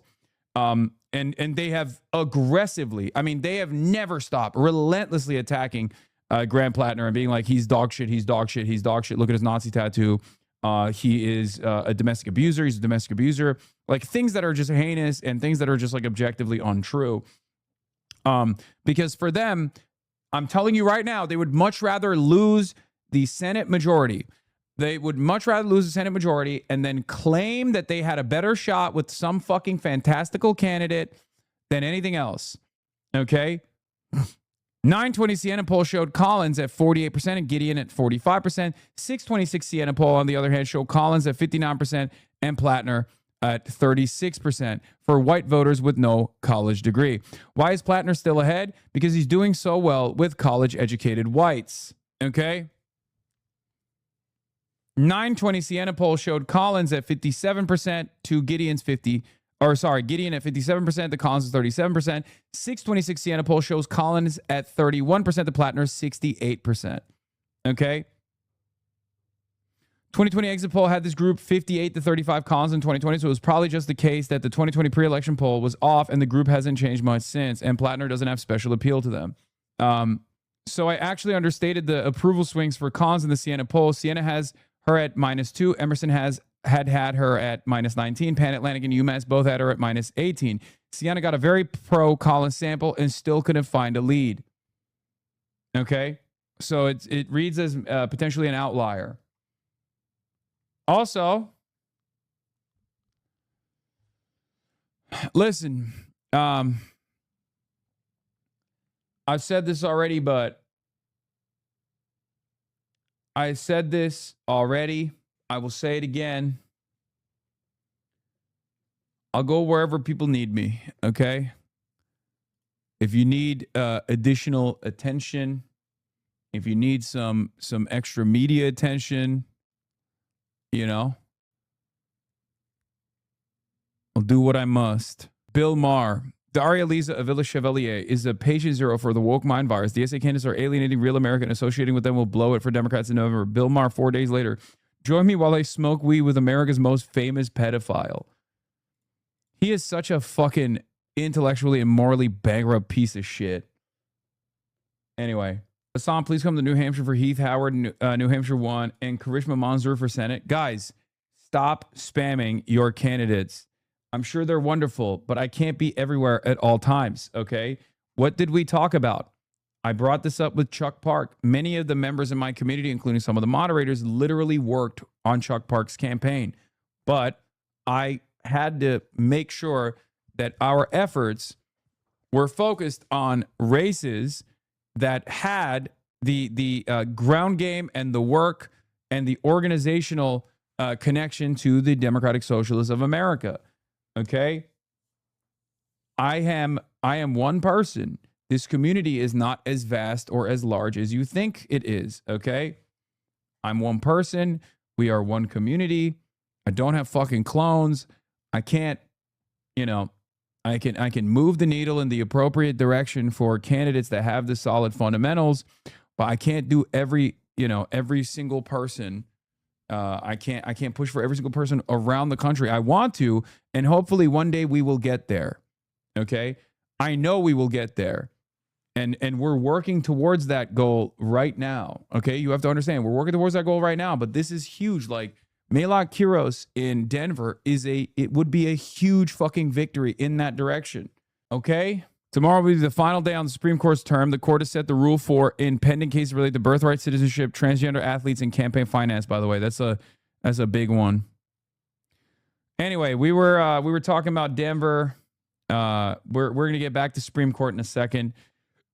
But yeah, Denver return ballots thread. It's trending younger, but obviously still the majority is older. 65 plus, unfortunately, is like above 40%. It's crazy. But this pattern has held consistently across the board in primaries that we've been looking at, where younger voters tend to turn out in higher numbers towards the end, and certainly on E-Day. Moderate candidates are expected to run strongest in the areas west and north of Glendale, which tend to be more affluent, older, and predominantly white. As shown below, these areas have recorded strongest turnout so far, as you'd expect the age profile of the electorate. But this isn't bad for progressives or anything. It's just the ballots we're going to see first. Older voters are coming out with, LeBron-style numbers. Some of the anecdotal information that I've received from the phone bankers in this community is that some of the older voters have actually believed the dumb, nonsensical attack ads. That's not good, but it's not the end of the world. Remember, as I have stressed over and over again, it's a game of percentages. Okay? Diane DeGette does not have the 65 plus voter base locked down. A lot of older voters also want these changes. Remember, I said this with Daria Liza's race because we were looking at it as like every young voter is definitely a lock for Daria Liza. Every old voter is definitely a lock for Espaillat. That wasn't the case. It's all a game of percentages. How much can you win from the older voters? And how much can you turn out from the younger voters? Because the younger voters are most likely going to go overwhelmingly to Melat Quiros. But the older voters are not necessarily going to be overwhelmingly favoring Diana DeGette. That is what it is. Okay? A lot of you have canvassed for Melat. You're in Denver. A lot of you have phone banked for Melat. I still think these numbers look pretty decent for Melat Quiros. We're going to see tomorrow. Fran is coming in an hour. Now let's get back to the Supreme Court handing down an opinion on the Fed's independence. There's been key decisions that came down today and then tomorrow as well. The U.S. Supreme Court handed down two key decisions on presidential power and the firing of people from government agencies. Justices ruled that President Trump does not have the constitutional authority to fire Lisa Cook, a governor from the Federal Reserve Board. But the court backed the president's power to terminate Rebecca Slaughter, a Democratic appointee to the Federal Trade Commission. This ruling grants more presidential power over federal agencies that are considered independent. It overturns 90 years of precedent. CNN Chief Legal Affairs Correspondent Paula Reed is right outside the Supreme Court. So, Paula, walk us through the significance of these decisions today. Pamela, these are such incredibly significant decisions. In many ways, these will be some of the defining opinions of the Roberts Court because they get to this question that has been hanging over the second Trump term, which is, are there any limits to his ability to fire federal officials? And here they give us some insight. While President Trump and his lawyers believe in something called a unitary executive theory and that the executives should be able to fire anyone they want, any way they want, here the justices put a few limits on that. In the one case, they ruled, and it's a really interesting group that was in this majority opinion. It's Chief Justice John Roberts, Justice Kavanaugh, and the three liberals all ruled that he cannot fire an official in the Federal Reserve without going through a process, giving that individual an opportunity to respond, that there are some limits on his power when it comes to firing officials at that agency. Now, that is one that has, of course, always been recognized as being independent of the White House. By the way, but in a I was rummaging through my stuff on my nightstand, and look what the fuck? Is it effing? What is happening? Hello? We're good now, right? No F? Regional, I'm fine? Okay. I was going to show you guys something that I found rummaging through my stuff. Look at that. Delegate voting card from the Democratic Socialists of America National Convention in 2025. Yeah, I don't know what happened. Your chair was empty for a bit. Only F I got. I want to stress the importance that I'm not a member of the Democratic Socialists of America. I just, I'm unaffiliated. I stole this. It was theft. It was theft, which, you know, is the underlying basis of socialism, which is stealing other people's stuff. And that's why I did that. I'm pro theft, as you guys know. Back to micro looting, I see. Dig to fit, but it's for sure giving pistachio piker. Good. I love this. I love this jacket. I love the suit. It's custom made. Okay. It's bespoke. Anyway, let's get back to it. Separate case when it comes to an employee at the Federal Trade Commission, that he does have the power to fire that individual because that is within the executive branch. And again, this is a significant decision because it's sort of drawing out the contours of the extent of his power to try to reshape the federal government through these mass firings. Now, President Trump wasn't clear how he was going to react to these decisions, and it's been a pretty mixed day for him overall at the court, but he described this as, quote, a big win. I want to bring in our chief Supreme Court analyst, Joan Biskupic, right now. Joan, like Paula, you were inside the court when these decisions came down. Give us a little sense of how that felt. Sure, Wolf. It's good to see you. The most important thing the justices did today was in the case involving Rebecca Slaughter of the Federal Trade Commission. Chief Justice John Roberts and the conservative majority used that decision to roll back nearly a century of legal policy about the president's power to remove the heads of regulatory agencies. Now, in some ways, this is going to sound kind of dry and arcane, but regulatory agencies are so important for how Americans live their lives. They cover rules for, medical, health, nuclear power. In this case, it's the Federal Trade Commission that was at issue, and we're talking about, safeguarding consumer practices, antitrust issues. So that gives you a sense of all that's at stake. But this court, for many, many years, has really not appreciated the congressional power to set these up and set up independent heads that the president can only remove for what's called for cause. That would be if somebody was actually found guilty of some sort of malfeasance or ineffectiveness in office. And that's what happened to Rebecca Slaughter. She was an appointee who had many more years left on her term, but President Trump, when he came into office, said he wanted to remove her. He wanted the power to do that. And the Supreme Court has used that case to say, yes, President Trump can remove Rebecca Slaughter, even though her term's not up, a Democratic appointee, and he can do that at the multitude of other independent agencies that at one point, as I said, Congress had set up to be independent, to not be under the pressure of the president. That was a 6-3 decision, and after the chief, who has had a special project here in trying to give the president much more robust power. Like, the Supreme Court is so funny because every now and then, catching strays from the Green Party after watching Hassan Piker kick leftists and promise not to kick right-wingers from his stream today, it's clear that he's a hypocrite and a grifter. Be careful and skeptical out there, folks. Which Green Party? Are you talking about the only Green Party in the Western world that has real viability, which happens to be in the UK, which is currently being led by a guy who is self-described Hasanabi head Zach Polanski? Or are you talking about the American Green Party? Because if it's the American Green Party, enact universal health care for California Facebook page. Actually, I guess the Canada Green Party is not bad either, I think. Or maybe, I don't know.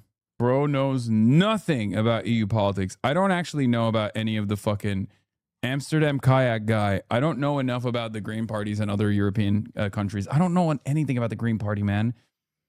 I think you need to understand.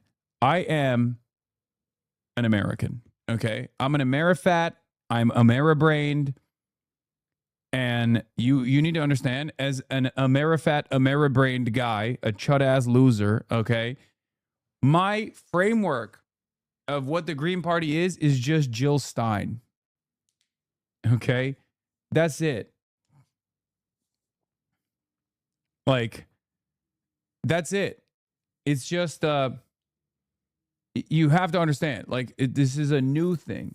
You grew up in Turkey. You can't use that excuse. Sorry. We don't have a fucking Green Party in Turkey. What are you talking about? We have a parliamentary system and no Green Party. Well, now it's a presidential system, but it used to be a parliamentary system when I was fucking growing up. And also, you're an American. What the fuck? Unfollowed? To not just hire people, but to fire. Justice Sotomayor then read her dissent from the bench, and she said, this can go in one of two directions. This can give, it can give the president more power, and maybe he would be more accountable, or it could lead to chaos. And she looked up at the spectators and she said something to the effect, I can guess it which way it will go. Maybe you can too. So, Wolf, a dramatic case today. It doesn't apply to the Federal Reserve, as we saw with the Lisa Cook one, but it reserves. Oh, why is the Supreme Court funny? Because they literally will be like, they will make decisions like Donald Trump is allowed to single-handedly decide who is an American and who's not, split along ideological lines. Okay. They'll be like, yeah, it's in the Constitution. All the supposed fucking, old school conservative Supreme Court judges that are, faithfully interpreting the Constitution as the founders intended it or whatever. Right. But then they'll turn around and be like, oh, he's molesting the money. Like, the only time where they go against Trump is if Trump molests the money too much. Okay. They stopped the sanctions because he was doing too much money molestation. So the SCOTUS had to come in and be like, no, enough money molestation, not allowed. And the other one is like trying to override the independence of the Fed. Okay. That's it. Those are the only times where the Supreme Court's like, yeah, by the way, you can't do that. We shall see how they behave with the birthright citizenship one. I just don't think that there is any way that they can unironically change the American Constitution this dramatically. Tomorrow, we shall find out where this goes. I do think that they will keep the birthright decision because that's legitimately a fucking insane. That is legitimately an insane thing. Yeah, overriding the independence of the Fed is basically top tier money molesting. I know.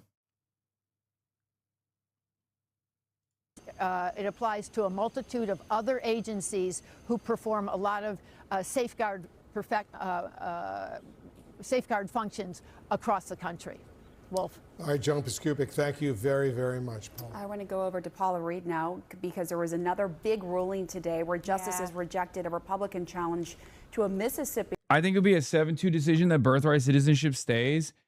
Who are the two? Clarence Thomas. Who do you think the other will be?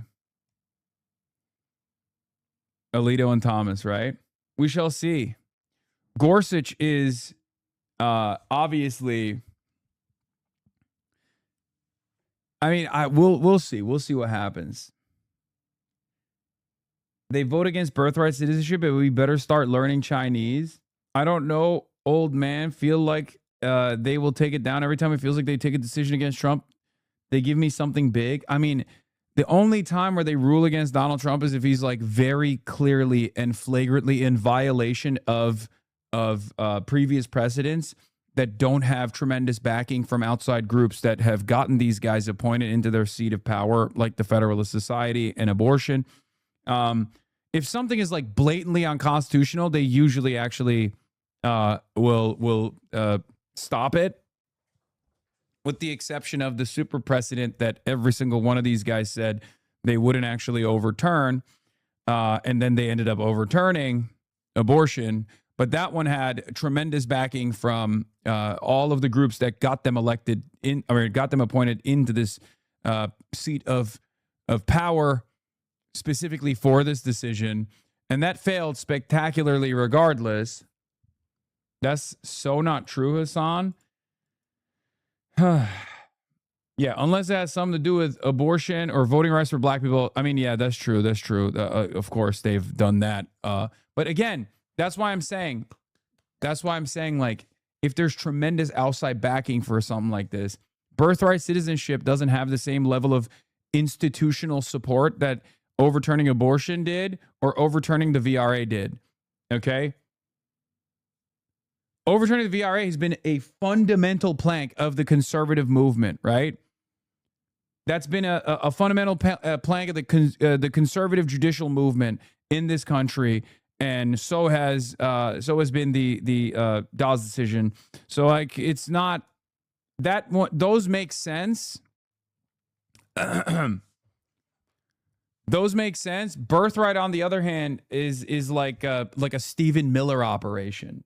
Usually the L's that SCOTUS hands to Trump is the court returning the decision to the states to make their own. It's still devastating depending on the context, but when Trump needs W's, they're still giving them to him generally. SCOTUS is a rubber stamp for heritage and Trump at this point, in my opinion. Yes. I just don't know. No, the birthright is deeply rooted constitutionally, unlike the abortion thing is bullshit. No. Abortion was maintained as a super precedent. That's the reason why Kavanaugh and Amy Covid Barrett both lied and said that they saw it as a super precedent and that they would not overturn it. Wait, just read it. It's literally is written down in the text for the 14th Amendment. You can't read the text in any different way. In European courts, the text cannot be interpreted differently than its birthright citizenship. No, I know. I mean, we'll see. We'll see what happens. I just think that is like, that seems more extreme than anything else. So, yeah, for reference, the first birthright citizenship case was 1897, Wong Kim Ark, and is still good law. Would be fucking crazy to overturn over 100 years of good law. Would be the most insane precedent ever overturned due to how long it's been the precedent. Exactly. That's why I'm saying it's like, it literally is more insane than, like, the VRA has been a long established project and has been chipped away by the SCOTUS, right? And abortion was a big outside project for a lot of the conservative judicial movement. Birthright has not had that same initiative. Like, birthright is one of those things that the Trump administration decided they were going to tackle because they're just fascist, they're racist, and they're psychotic. But there are still enough conservatives out there, especially legal scholars of the conservative variety, that look at that and go, this is an unbelievable mistake, and they wouldn't stand by it. So I don't know which way they will go, okay? The court upheld Mississippi's law passed in 2020 allowing election officials to count ballots postmarked by Election Day and received up to 5 business days later. Republican leaders had challenged the grace period rule, asserting that federal law requires the ballots must be received by Election Day. A ruling striking down Mississippi's law had the potential to invalidate not only the state's mail-in ballot rules, but also similar laws in more than a dozen other states. It could also have potentially appended grace periods aimed at allowing military, diplomatic, and other overseas voters to participate along with rural voters and people with disabilities, all disrupted all state laws that allow mail-in voting. Donald Trump, once again, in his endless appetite to destroy mail-in ballot voting, was going to harm Republican states that have universal mail-in ballot voting. And also, he himself is famously a mail-in ballot voter. So that's also hilarious. And not only that, but also, this hurts rural voters quite a bit. And rural voters notoriously are Republican voters. When even Amy Covid Barrett is demonstrating skepticism during the proceedings to overturning birthright citizenship, you can almost guarantee this isn't going to reach critical mass. I am ABM clerk, and most of my calls about that was from Republican voters. Lol. I am an ABM clerk. Oh, yeah. If birthright citizenship is overturned tomorrow, it would genuinely be a bigger deal in terms of stare decisis than the Dobbs decision. It would literally be the death of the doctrine and respect for precedent as we know it, and that's not an exaggeration. Yes, this isn't to say, chatters, this isn't to say that the abortion Dobbs decision wasn't as relevant or wasn't as impactful. Simply speaking, from like the way the Supreme Court and the way that the judicial branch has operated, this would be the most consequential precedent, historic precedent that has been established, that has been defended for literally a fucking century, that is the pillar of American existence. Okay? I don't even know how to explain it. That's part of the reason why I'm saying, like, this would be totally ridiculous. Like, let me explain it to you this way. The Second Amendment has been interpreted differently in like the last 4 decades. Okay? The Second Amendment did not have the same broad scope Okay? So the Second Amendment could go in either direction. It's a relatively new phenomena. The way that we understand the Second Amendment is like being as expansive and as defensive of people's like rights to own guns and all the numerous other things that you can put on a gun, like all the modifications and whatnot. That is a relatively new interpretation. It's a relatively modern interpretation, right? This is not. Birthright is 100 years old. More than 100 years old. Yeah, see, not even the modern interpretation that we all know was established in 2008. I mean, that's also, oh yeah, you're right, actually. Modern interpretation, Heller, that we all know was established in 2008. I know, but even before then, there was, just like with the VRA, there's always been an effort to move in the direction of this modern interpretation of the Second Amendment. Okay? My point was the things that we see as like established law, like it's the Second Amendment to protect the first, like that's a relatively new phenomena that started, I guess, in like the last couple of decades, and certainly the modern interpretation from since 2008, like with no wiggle room whatsoever. It was still a movement, but not widely adopted until then. The broad scope came. The broad scope of carrying came in 2022. So here's the difference. The reason why I'm bringing the Second Amendment up is because a lot of people think the Second Amendment in and of itself is like this well-established legal safeguard to carry carry whatever arms you want to carry with no impediments whatsoever. That has never been the case. Throughout American history, that has never been the interpretation of the Second Amendment. Okay? It's not set in stone. It's a relatively new phenomena. However, birthright citizenship is not like that. It's like due process, birthright citizenship, and fucking due process, birthright citizenship, the First Amendment. These are all fundamentally well-established, safeguarded, principled parts of the Constitution that everyone has always defended and everyone always understood exactly what it is, right? So that's important to recognize, okay? That is important to recognize. This would be, the birthright thing would be like literally overturning the First Amendment, which is ironically something that the fucking Supreme Court also wants to do. This would be similar to overturning due process, which is, again, ironically something that this MAGA movement is trying to do. So it's that degree. It's far beyond abortion. It's far beyond anything else, which is also part of the reason why I'm saying like it would be an insane thing for even this Supreme Court to do, which is part of the reason why I don't think it's going to happen. I mean, it would be unbelievable. Through an executive order, it's over at that point. Donald Trump can just make whatever executive orders he wants. He could literally write an executive order that America is a communist nation with a centrally planned economy, and the Supreme Court is supposed to say yes to that. Okay? What is this? CNN slop piece about Daria Lisa? I don't care about this right now. Okay? She is our queen. We will defend her later. Yeah. And above all else, birthright, unlike many other amendments, is written in pretty plain language. Very little interpretation has to go into what the amendment actually means. Yes. The 14th Amendment is the most contested and therefore the most settled amendment in Supreme Court history. They wouldn't be overturning just one or two Supreme Court precedents like with Dobbs. They would be overturning over a century of jurisprudence. Yeah.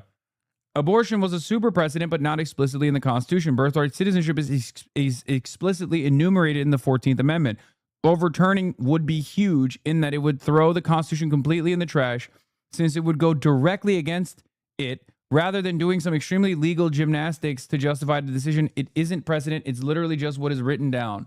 Okay? It would make the Constitution no longer be a valid legal document. I don't know how else to explain it other than that. It would just mean nothing.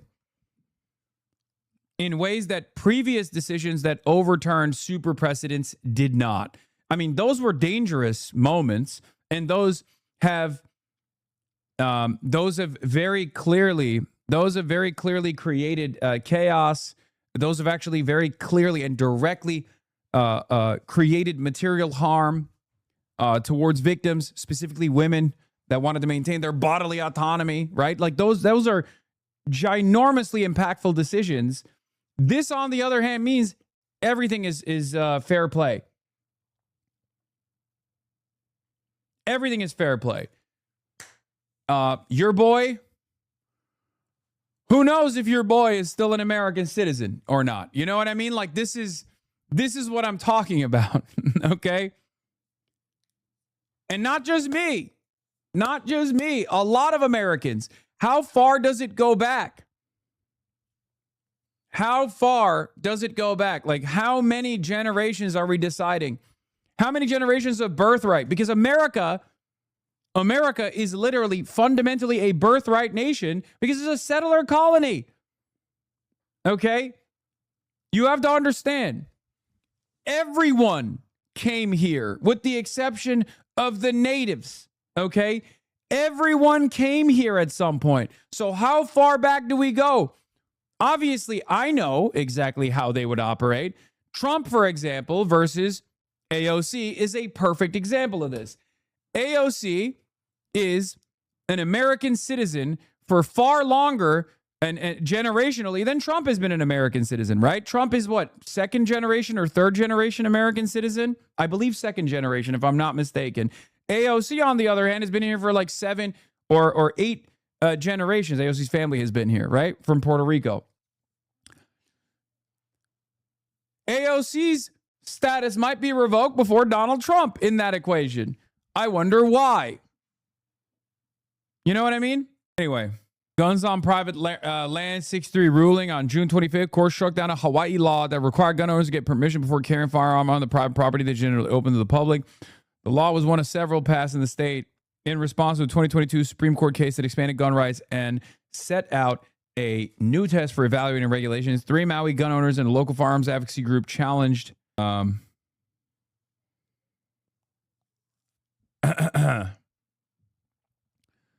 this particular restriction, arguing that it violated the Second Amendment. Why it matters, the decision could clarify the test of evaluating the constitutionality of gun regulations that the justice set out in 2022 in New York State Rifle and Pistol Association.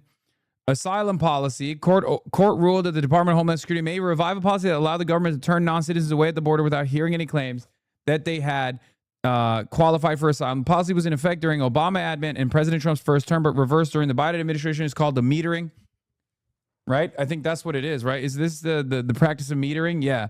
Immigrant advocates say the so-called metering policy violates federal law, which requires officials to inspect and refer to for processing asylum seekers who are physically present in the United States. The Trump administration says the policy is critical for managing the southern border, where there's a public stand on whether non-citizens stop near the border or outside of the United States should be on whether non-citizens stop near the border or outside the United States should be allowed to apply for asylum. All respondents at 56% say should be allowed to apply. Only 44% say should not be allowed. Independents are overwhelmingly in favor of it. Democrats are obviously overwhelmingly in favor of it. But of course, Republicans are not. So it doesn't fucking matter. Protections from deportation. The justice ruled that the president may end deportation protections for hundreds of thousands. This is TPS revocation for Haitian and Syrian migrants. This is, again, incredibly fucked up. Incredibly fucked up. Okay? It's, hype train incoming at 56 seconds. By the way, thank you for the 50 community gifted subs to Lexi Rose. We will fucking carry the flame today. God damn it, we will carry the flame today before Francesca Hahn gets on the broadcast, okay? Let's be honest, if they revoke birthright, Trump definitely will try to run in 2028. Will it be allowed unless he gets it worse? Because I don't think Republicans repeat the mistakes they made. I don't know. Hype train incoming, 30 seconds remaining. Keep gifting subs. C-Mock. Thank you for the 25 gifted subs. Hype train is here, ladies and gentlemen. Will we be able to carry the flame? Support independent media at the Piker Broadcasting Service, the People's Broadcasting Service, sponsored by you, the people, for you, the people. We carry the flame at level 10 Hype Train. You already know. If you want to carry the flame alongside your friends, subscribe. Okay? Subscribe. What you can do for $6 or free with a Twitch Prime by connecting your Amazon Prime account to your Twitch account and get one free Prime subscription a month. Check previous regarding asylum case. The logic of the asylum case was so fucking stupid. The logic basically was they aren't inside the USA yet, so they can't apply for asylum. So they need to get in the USA somehow and apply for asylum, even though we aren't allowing them in to apply for asylum. Yes, it's a way to make it impossible. There's also the additional problem here with what is it called? Like if you come in, if you're Haitian, for example, but you go to Mexico to come into the United States, then technically you already went to a much safer place. Like the first country that you went to, this was established in the first Trump administration, and obviously the Mexican government under the leadership of AMLO implemented the safe third country policy because they were too worried about all of the welfare reforms that they were making that Trump would come in and destroy. Yeah. Also, if the birthright decision tomorrow goes the wrong way, precedent similar to that of Plyler v. Doe also goes out the window, which made it unconstitutional to deny public education to undocumented children. And EMTALA, hospitals have to give life-saving care to undocumented migrants, might also be on the way out. Yeah. Honestly, the short version is the court doesn't have the power to revoke birthright. And if they try, we have a constitutional crisis. Yeah. Is the Supreme Court going to say if your family wasn't here since the beginning of the USA, you don't get birthright citizenship? How are they going to decide the time? Seems like all the conservatives would have to agree on a time. I don't see them agreeing on that and just keeping birthright citizenship. Dude, this is such an insane and fundamentally un-American concept. I cannot begin to explain this to you, okay? Ellis Island.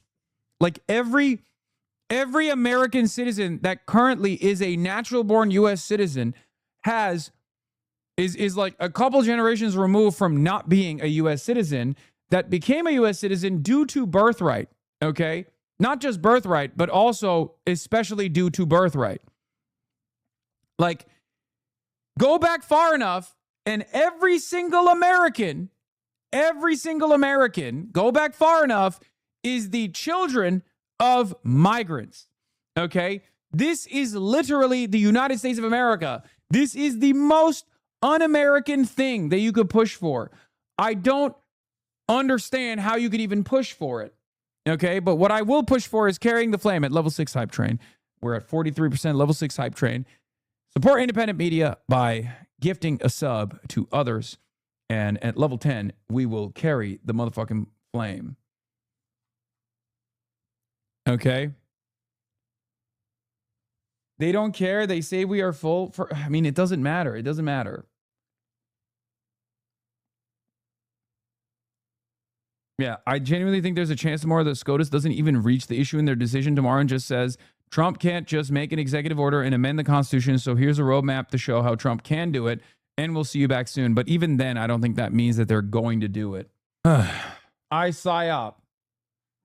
Welsh Combo, thank you for the 5. Alyssa Sodal, thank you for the 5. Aqua Grid, thank you for the 5.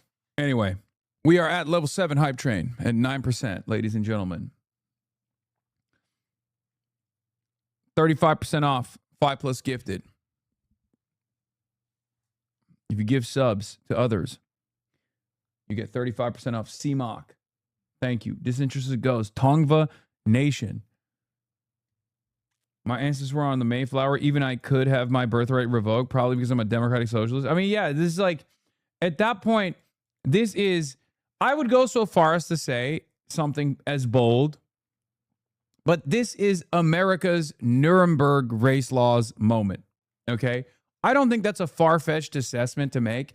If this goes through, this is the closest equivalent that I can think of as far as like a new law in the books. This would be America's Nuremberg race laws moment, which once implemented, of course, famously made Jewish Germans, and whoever the Nazis decided were revoked of their citizenship, they made them devoid of citizenship. It was a moment of denaturalization. It was a moment of depersonhood. Jim Crow already was that moment. I mean, there have been numerous periods of time, but the trajectory of American history has been rather progressive, right? This would be a regression, and that's why I'm saying it's America's Nuremberg moment. especially paired up with the aggressive militant posture against aggressive militant posture against who we have declared as enemies of the state, undocumented migrants. It would be, we're at level 8 hype train, by the way. Shouts out. What is this? Level 10 hype train? No, I was about to debate Charlie Kirk. Wait, what the fuck is this? Is this a Kirk mix?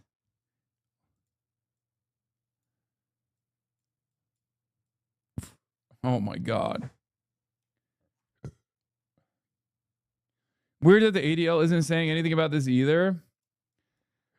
Another insane ruling this term was when the court decided in Lander v. Louisiana, the 6-3, that a prison forcibly shearing the dreadlocks of a... Oh, I saw that. You're right. Forcibly shearing the dreadlocks of a Rastafarian man who was in for a 5-month drug sentence could not be sued for violating the man's First Amendment rights. Truly religious liberty for me, but no religious liberty for thee. Yeah. That obviously has impact on not just Rastafarians in the prison system, but also Sikhs as well, and numerous other religious groups. It's totally ridiculous. It's just like, it's one of those things that's like so clearly protected, so clearly constitutionally protected. But the only reason why they did it is because they want to be racist. They just straight up wanted to be fucking racist. They wanted to be evil. And that's the reason why they're doing it.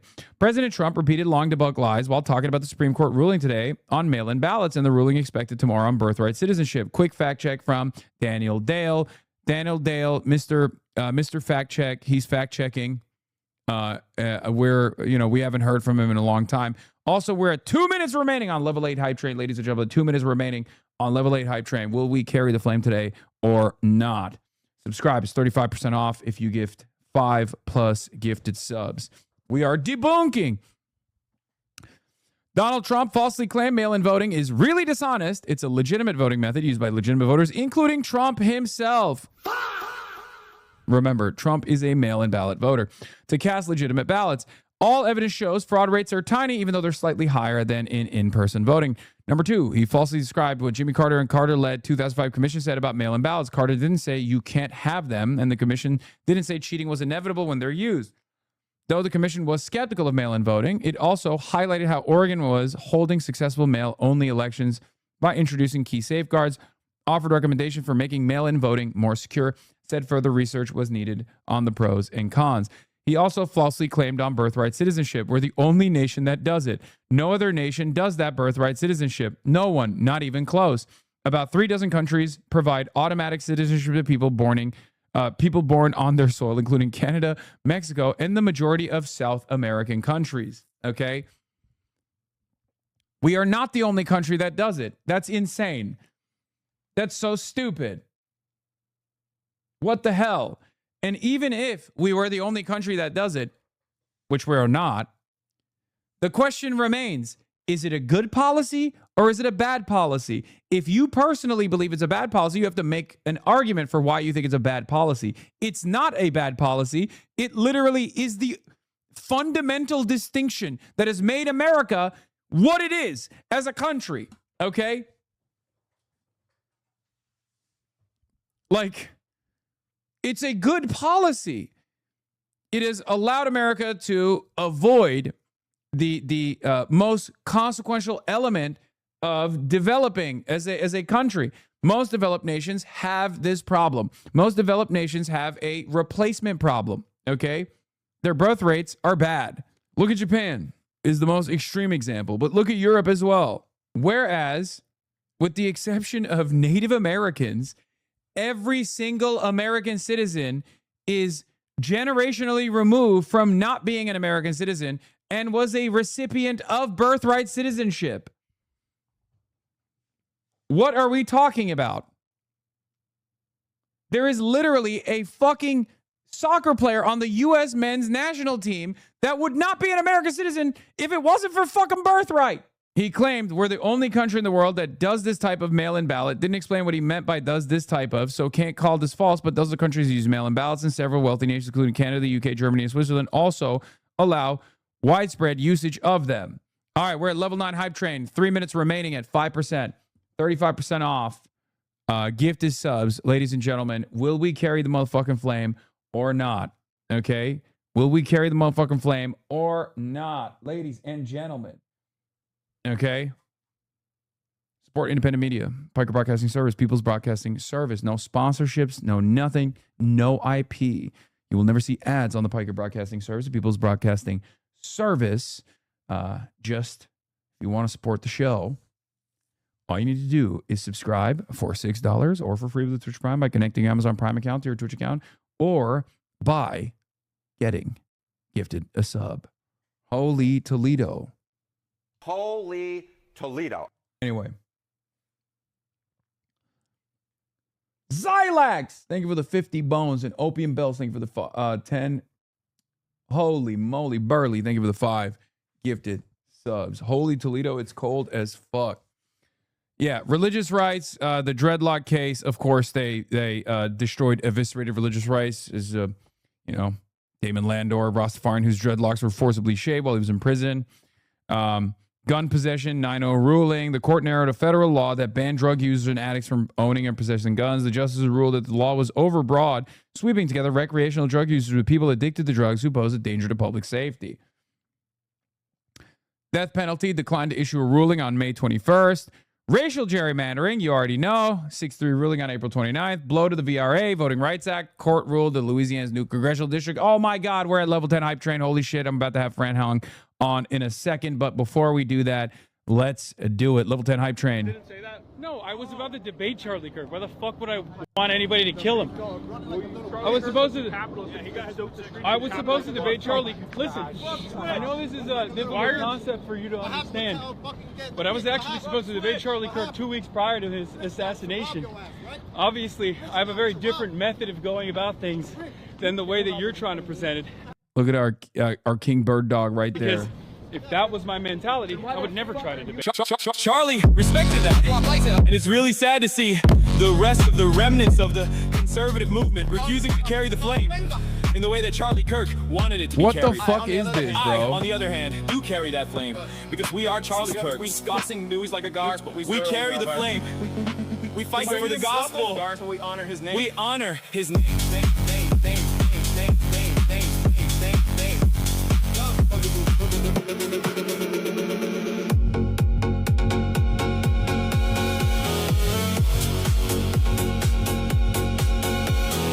We stand unbroken, a voice in the storm, man of conviction, a heart reborn. He spoke the truth when the cost was high. He lived for Jesus, unafraid to die. Charlie Kirk, we carry the flame. Who's got the Bollywood remix? Who's got the Bollywood remix? All right. Well, this is good. This is cool, but we gotta do the. No, not the Chinese version. No, not the City Pop Japanese version. Give me the Bollywood version. It was the best one, dude.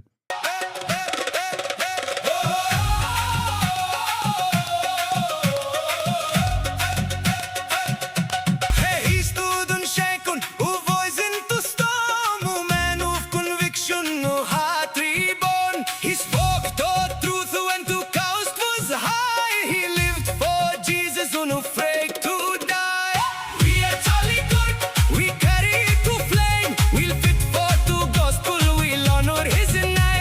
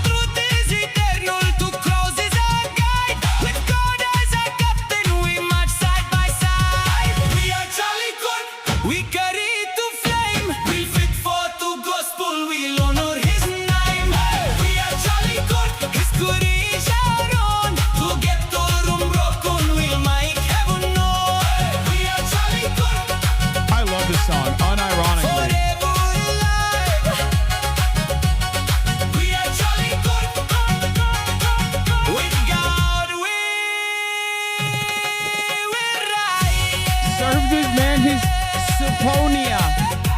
All right, that was We Are Charlie Kirk, honoring the flame. We carry the gospel. We fight in his name. And listen, as someone who tries to maintain the flame to the best of my ability, I try to talk to people who I have significant disagreements with all the time, whether that be chatters or whether that be individuals running for office, right?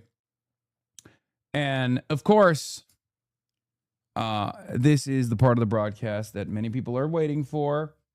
Okay, many people have been waiting for Francesca Hong, who is running for governor of Wisconsin. She's a DSA candidate. We are going to have her on right now. We're going to have her on in a brief moment. I'm going to get it ready. And yeah, we're very excited. Hello, yes. All right. Hello. Francesca Hong, what an honor to have you here. It's an honor to be here. Very, very exciting. How does she fly in from PA so fast? Yeah, she was earlier in the day. She was on Michael from Pennsylvania's broadcast. She's here today. Thank you so much for coming. Happy to be here. Very excited. We got some gifts for you. For me? Yeah, Hannah. Hannah's gonna bring you some gifts. Yes, we got some gifts for you. You have you've run a very, here we go. First of all, 칠성사이다. Oh, you got we gifts have for gifts me. for you. Where's the other gift? No, do it. You should have made it. You should have made it. This That's crazy. is a really wonderful gift. I will send this into my family group chat. Okay. Yes. I have some other stuff that we're going to be discussing as well, which is relevant to your background, relevant to your experience.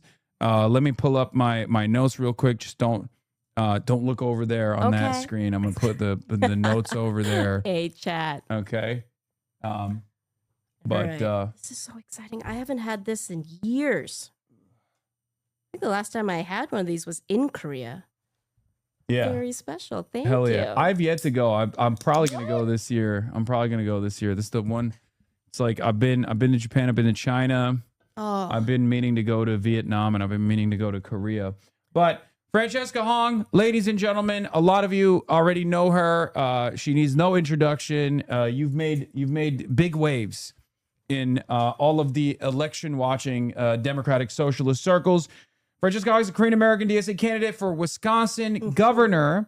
Single mom, restaurant worker, and chef, a state representative in Wisconsin 76, Madison, Wisconsin.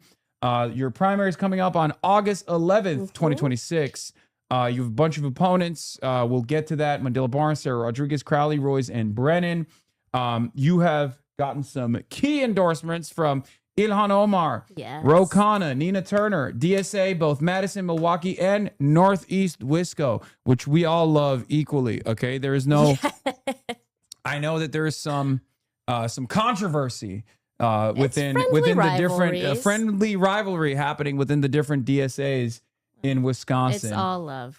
So yeah, I there might be some more endorsements that are coming that I might have missed. But we're going to play your launch video really quickly, okay? It's so stressful. For people who don't know. And the reason why I brought up the fact that, you know, your chef background is because one of my favorite... It's so stressful. One of my favorite foods that I have here in Los Angeles, California is a Korean food. And if we reach... So how much money did you raise earlier with Michael from Pennsylvania? With Mike from PA, we've raised over $35,000. I hate that. It's unacceptable. Okay, if we beat Michael from Pennsylvania, are you hungry? Always hungry. Okay, if we beat Michael from Pennsylvania, we have to beat him. Okay, that's a lot of money. Okay, 34 grand. But if we fundraise, if we fundraise, that's two streams. How much did he raise in this last stream? I don't know. Oh, that doesn't count. Okay, it's two streams, but it's still, fuck it. If we beat Michael from Pennsylvania, we have a Korean American chef here, and we're gonna do mukbang. Okay, we are going to. I sorry for signing you up for this, but it's not like a real mukbang. Okay, it's not. But we are going to try LA Korean food, and she's gonna give me her opinion on whether or not it's worth being my favorite food to eat here. Okay. I don't want to ruin things for you. Damn. No, I think you're gonna like it. It's fire. It's galbijim. Oh, I love galbijim. Okay, so good. So that's right off the jump. That's good. All right. Okay. All right. But so if they fuck it up, like you can really fuck it up. Yeah, hopefully they won't. Maybe I've been eating fucked up galbijim, and not even knowing it. So without even knowing it. But yeah, that's right. Where do we got? Okay, Hong Hassan, secureactblue.com/donate. Hong Hassan, we got, we have to beat Michael from Pennsylvania's record here. Okay. So spam that link. And Thanks, we're Chad. gonna get into it real quick. Hold on, let me change the camera angle on here as well. We're doing live, Oh my gosh. live production. You know, There's I've a actually lot. worked with all of those chefs in the video. Oh, really? Mm-hmm. Hell yeah! They're not So, just folks so you're standing in. basically like Bear. You're this is Bear territory. You know, you were in treacherous conditions in the kitchen, Yes. chefing it up. I've got some complicated feelings about the bear, but it's good television, very good writing. I mean, I feel like it wasn't as good like the latest season. Like the first season was good, and it got maybe not as good as of after the first couple seasons. There's no tracker on the website, by the way, so we're gonna have to rely on your word or your team's word on how much we're fundraising. Oh, for the Hassan link? Sure. Yeah. Okay. Right? Because I We've guess got an honest team. Okay. I don't know why They there's no handle the tracker, but money. it's fine. Okay, let's get started, ladies and gentlemen. Let's get started. This was your ad, your campaign ad, your intro. It's so stressful to get by these days, and I know a lot about stress. I work in restaurants. I started in this kitchen 15 years ago, and you might recognize what's across the street. A lot of people in that building don't get why it's so hard to get by right now. Working hard doesn't mean you can always keep up. One wrong step can lay you out flat. This is by design. I'm State Representative Francesca Hong. I'm a service worker, community organizer, and a mom. I work for a living. Always have, still do. 5 years ago, my community sent me to the Capitol. The system is rigged. I'm running for governor to fix it. For years, we've been told that doing better is impossible. Well, let me tell you, that's bullshit. All we need to do is fight together. We can fully fund our public schools and have universal childcare. We can guarantee paid leave and have cheaper healthcare. We can fix a rigged system that puts oligarchs over workers and small businesses. We can do better. Don't let anyone tell you we can't do this. We can build a Wisconsin where we share the table. Aw. Yeah. I'm Francesca Hong, and I'm running for governor because I know that together we make better possible. That was brilliant. Okay, so that's a goated launch video.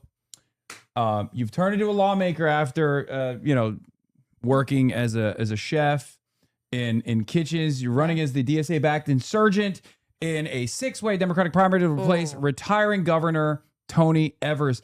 You were the daughter of Korean immigrants. You started in Madison Kitchens as a dishwasher, worked your way up to executive chef, opened up your own ramen shop, and in 2020 became the first Asian American ever elected to the Wisconsin legislature.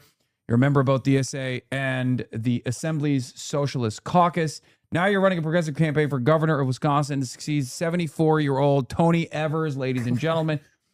You built a massive grassroots movement without corporate PAC dollars, modeled on the legacy of Wisconsin's historic sewer socialists, Yep. which, I'm sure Michael talked to you extensively about. He's a nerd.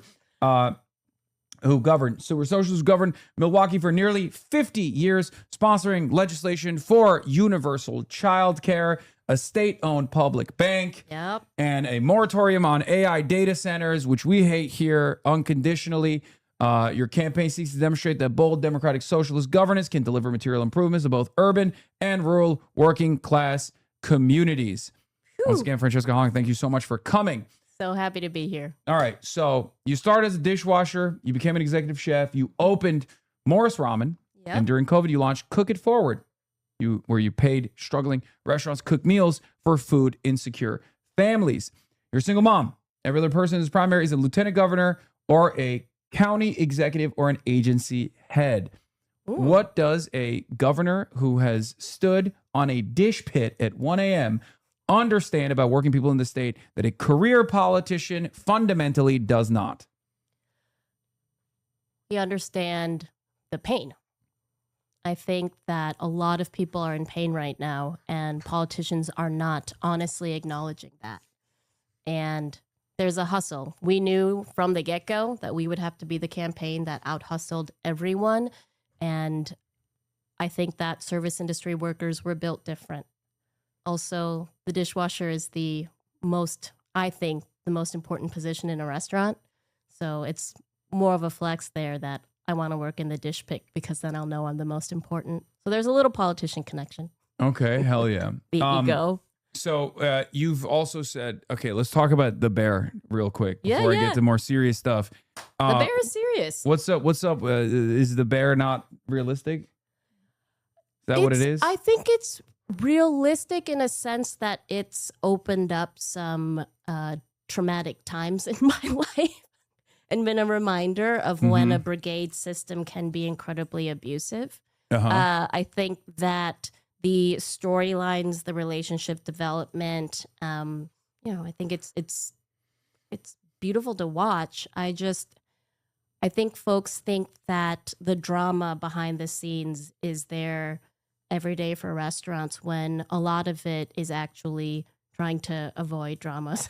And I don't know, the stories around like who the customers are now, I think it's harder when a customer comes in and they're like, well, we watch the bear. We know like how this actually goes down. And then there's this assumption or somebody's coming in with more of like a judgment on how, or it's kind of like they're coming in pretending they already know what's up because they've watched the bear. What do you think about your experiences working in restaurants translates to governance, but more importantly than governance, do you feel like it gives you a better understanding of the plight of the working class? And do you think every single person that runs for office has to work in the service sector in some capacity? I think everyone, period, has to work in the service sector at least once or for some portion of their life. I think that working in restaurants has taught me that, you have to care about people. You see kind of the best and worst in humanity in restaurants. It's like a little microcosm of classism there. And you learn to respect folks regardless of what position they're in or what they're doing. And you also, I feel like I come in from a place where I'm grateful to have spent time in a restaurant where folks had big moments, celebrations, breakups, weddings, birthdays. But I think more importantly, too, it's that work ethic of always trying to put others first. That came from working in restaurants and being an immigrant's daughter. All right. Speaking of restaurants, what's your spice tolerance? What are we working with? Oh, high. Because we're very already high. Okay, good. Because we're already at I think $11,000 raised. Holy shit! With the goal being 35, and then we'll obviously extend the goal if it passes 35. So I'm just gonna get it ready to go just in case. Chatters, keep donating. Okay, well, let's do. You know what? Let's do spicy then. I think is this this gonna like be a white people scale of spice or Korean spice? Have you been to K-Town here before? This is my first time in K-Town. We just came from there. Okay, so no, it's like it's not tailored to the palate of white people. Okay. K-Town is very Korean, I would say. Some folks told me that the Korean food in K-Town is better than the Korean food in Korea. So I have not been able to test that theory out yet, but I will say California Asian cuisine in general is insane. I love Japan. I've been to Japan many times. I love China. I've been to China. And I would go so far as to say that like Asian food in California is like comparable to the respective host nations. So I can't speak for Korean food in Korea, but California Korean food or LA Korean food is pretty fucking spectacular. I have a kind of a theory behind that is Like, especially for Korean food, there's a certain expectation of having it taste like what mom or grandma made.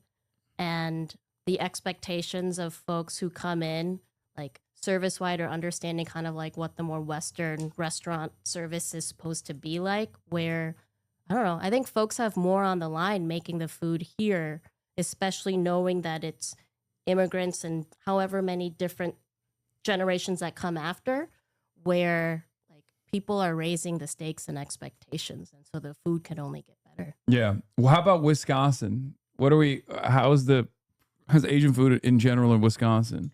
In Madison, so we have an incredibly strong ethnic food scene. And people underestimate it. But I've had chefs that I've known in Chicago who come to Madison for the Lao food, the Hmong food. We have amazing Tibetan food, Southeast Asian. I would say actually in Madison, where I wish we had better food, is Korean food, but okay, I can get it at home. Hell yeah. Get the tracker on the stream. I'm checking it, chatters. I think Calm somebody down. said there was one. It is. They just want to see it on screen. Got it. Yes, Little Tibet is so good. It's at 13,300. We got to get those numbers up. It's at this rate, we're not going to be able to compete with Michael from Pennsylvania. I know there's a tracker. I'm looking at it. Okay. Calm down. All right. So this race is very important for a lot of different reasons. Obviously, there's a tremendous momentum happening with democratic socialism in this country right now. There have been big waves in New York City. I like to say New York City is the tip of the spear. They have a well-oiled machine in New York City DSA. But I believe genuinely that these policies are universal and are broadly accessible and broadly popular everywhere else. Wisconsin is a purple state. For the longest time, the conventional wisdom was that a Democrat had to run as a milquetoast centrist in a place like Wisconsin, basically a Republican who cycles just to survive the general election. Yet in 2016, 71 out of 72 Wisconsin counties went to Bernie Sanders in the primary. And in the general, Donald Trump ended up beating Hillary's centrist campaign. Trump barely lost Wisconsin in 2020, but won it again in 2024 by 1%. It is the most purple of the purple states out there. What's your message to Wisconsin voters who have rejected centrist politics for over a decade and are looking for a politics that finally speaks to the masses? It's time to build power. It's time to build power through policies that put working class people first. Everyone deserves to have housing, healthcare, education, and food, be able to take care of themselves and their communities. And I firmly believe that it is through working class people power. That's how we're going to help folks understand that government is supposed to be a force of good. Republicans and centrists have made it so that government is dysfunctional, and you're meant to think that everything has to be the way that it is with their struggles, but it doesn't. We fully fund our public schools. Everyone has fair, cheaper health care. We make sure that we're, actually holding utility companies, hospitals, insurance companies accountable. That's how you lower costs. It's both policy and making sure that we're unafraid to regulate and take on corporate interest through governing.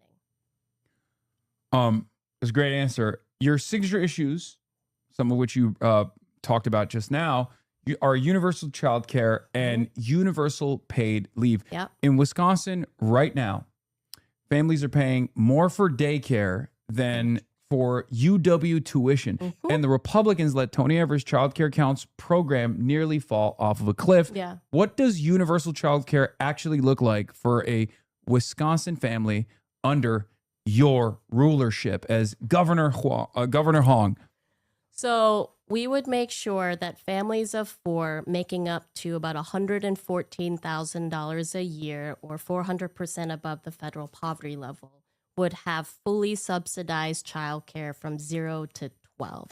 So we all know that summer camps cost money too. And just because your kiddo is in school doesn't mean that there aren't going to be additional care costs involved. And now those families making above that would have a partial subsidy. And we ensure that there's subsidies available for the providers too, while raising wages for child care workers and educators. And we pay for it by putting in a very small payroll tax that will end up actually being a massive economic investment. Folks need to see childcare as infrastructure. You cannot have your local dollar stay in your local economy unless you invest in policies like childcare and paid leave, because worker forward policies actually make for better lines for the business. Yeah. Do you feel like there's an appetite for this kind of policy, even from Republicans as well? Because I know that this is probably one of the things that you've withstood thus far, the fact that you're too radical for a state like Wisconsin. I'm sure you've heard that quite a bit, even though you've been very popular in your run thus far. But there is always this electability barrier that centrist Democrats have presented against the likes of Bernie Sanders, Sure. and I assume someone such as yourself as well. Now, what's interesting is, at least in my anecdotal experience, at least with the experiences that I've had going all around the country, going to protest demonstrations, I have noticed that the electability argument is no longer working, that many centrist or many Democrats vote blue, no matter who. Democrats that voted for Hillary Rodham Clinton, voted for Biden, voted for Kamala Harris, realized after the sequence of defeats that Donald Trump delivered that they were lied to, that Bernie was right. This is something that I've heard over and over again. Yeah. Do you feel like these policies, implementing free childcare and $20 minimum wage, publicly owned grocery stores, do you feel like there's appetite from Republicans as well, in your experience from your campaign going out and knocking on doors, sometimes I assume in red areas as well? First of all, the person who wins the most votes is the most electable.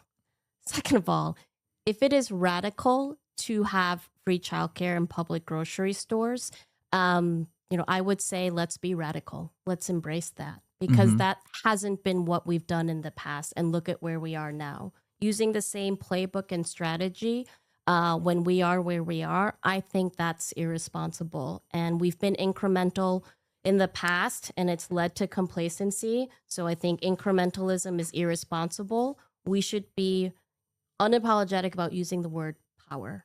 And working class power is something that everyone who is working class is interested in. Yeah. And we've been made to think that we can't build our own power, and we absolutely can. Yeah. And it transcends beyond party lines. Remember, for the general, past the primaries as well. I said this morning too. I've talked to Republicans and Trump voters and big skeptics in rural areas. And I think so much of how, we've lost the trust of so many people. Folks who feel very left behind, that have been talked at. Politicians have come through, made promises, or pretended like they give a shit when they don't. And I think being the restaurant worker and the single mom, the person who's showing up not as a career politician, but as someone whose livelihood is also on the line, that relatability matters. And I think it's important to put in the work to actually build trusted relationships, to be able to build trust back into government that it can do something good for you. Hell yeah. Speaking of doing good, you want to expand Badger Care. It's one of your top line promises. Yeah. And Wisconsin is one of the, I believe, 10 states left in the entire country that still hasn't fully expanded Medicaid. Wisconsin Republicans have blocked it for more than a decade, turning down billions of federal dollars and leaving people stuck in the coverage gap. Remember, for chatters that don't know, Medicaid expansion is purely partisan. The fact that Republicans refuse to expand it, and the fact that many red states have had to fight for ballot access so that they could push for it via ballot measure that they voted on, implies that the only thing here that's standing in the way of people living in Wisconsin and having access to additional billions of federal dollars subsidies is just the Republican Party. What does healthcare actually look like for a working family under Governor Hong? And how do you finally get Medicaid expansion, a public option, done when the GOP has spent over a decade killing it? It is one of the number one issues. Wherever I go, folks talk about public schools, data centers, and healthcare. And expanding Medicaid, Badger Care is step one of many steps that we actually have to take simultaneously. A public option, that's going to help both employers and employees to make sure that we're competing with the marketplace to bring premiums down. But healthcare prices are high because healthcare costs are high because healthcare prices are high. So if we aren't taking on the way that hospitals might be charging insurance companies 4 or 5 times more than what they're getting reimbursed for Medicare, and then consumers, the people are at risk of having higher premiums because people are jacking around and fucking around with prices, you're in a cold war between insurance companies and hospitals. And so in addition to actually investing in public option and expanding Medicaid, we have to be willing and unafraid to regulate, to bring down hospital prices, to make sure that we're cracking down on insurance claim denials and going after a way that some hospitals may not pay any taxes on their profits at all. If you don't do these things simultaneously, we can't actually sustainably have fair, cheaper healthcare for everyone, which is what folks deserve. And I think that's the piece that we don't hear enough from politicians, is that we have to be able to, I want regulate to be a fun word and not a dirty word. Yeah. Good governance and reinstilling confidence that your government will help you out, I think is a primary priority. We talked about healthcare briefly, but you also co-sponsored a bill to create a state-owned public bank modeled on the Bank of North Dakota, famously a communist state, which is the only one of its kind in the country. And also, by the way, as far as publicly owned grocery stores, another communist policy that's being implemented in communist Indiana, another, again, communist state.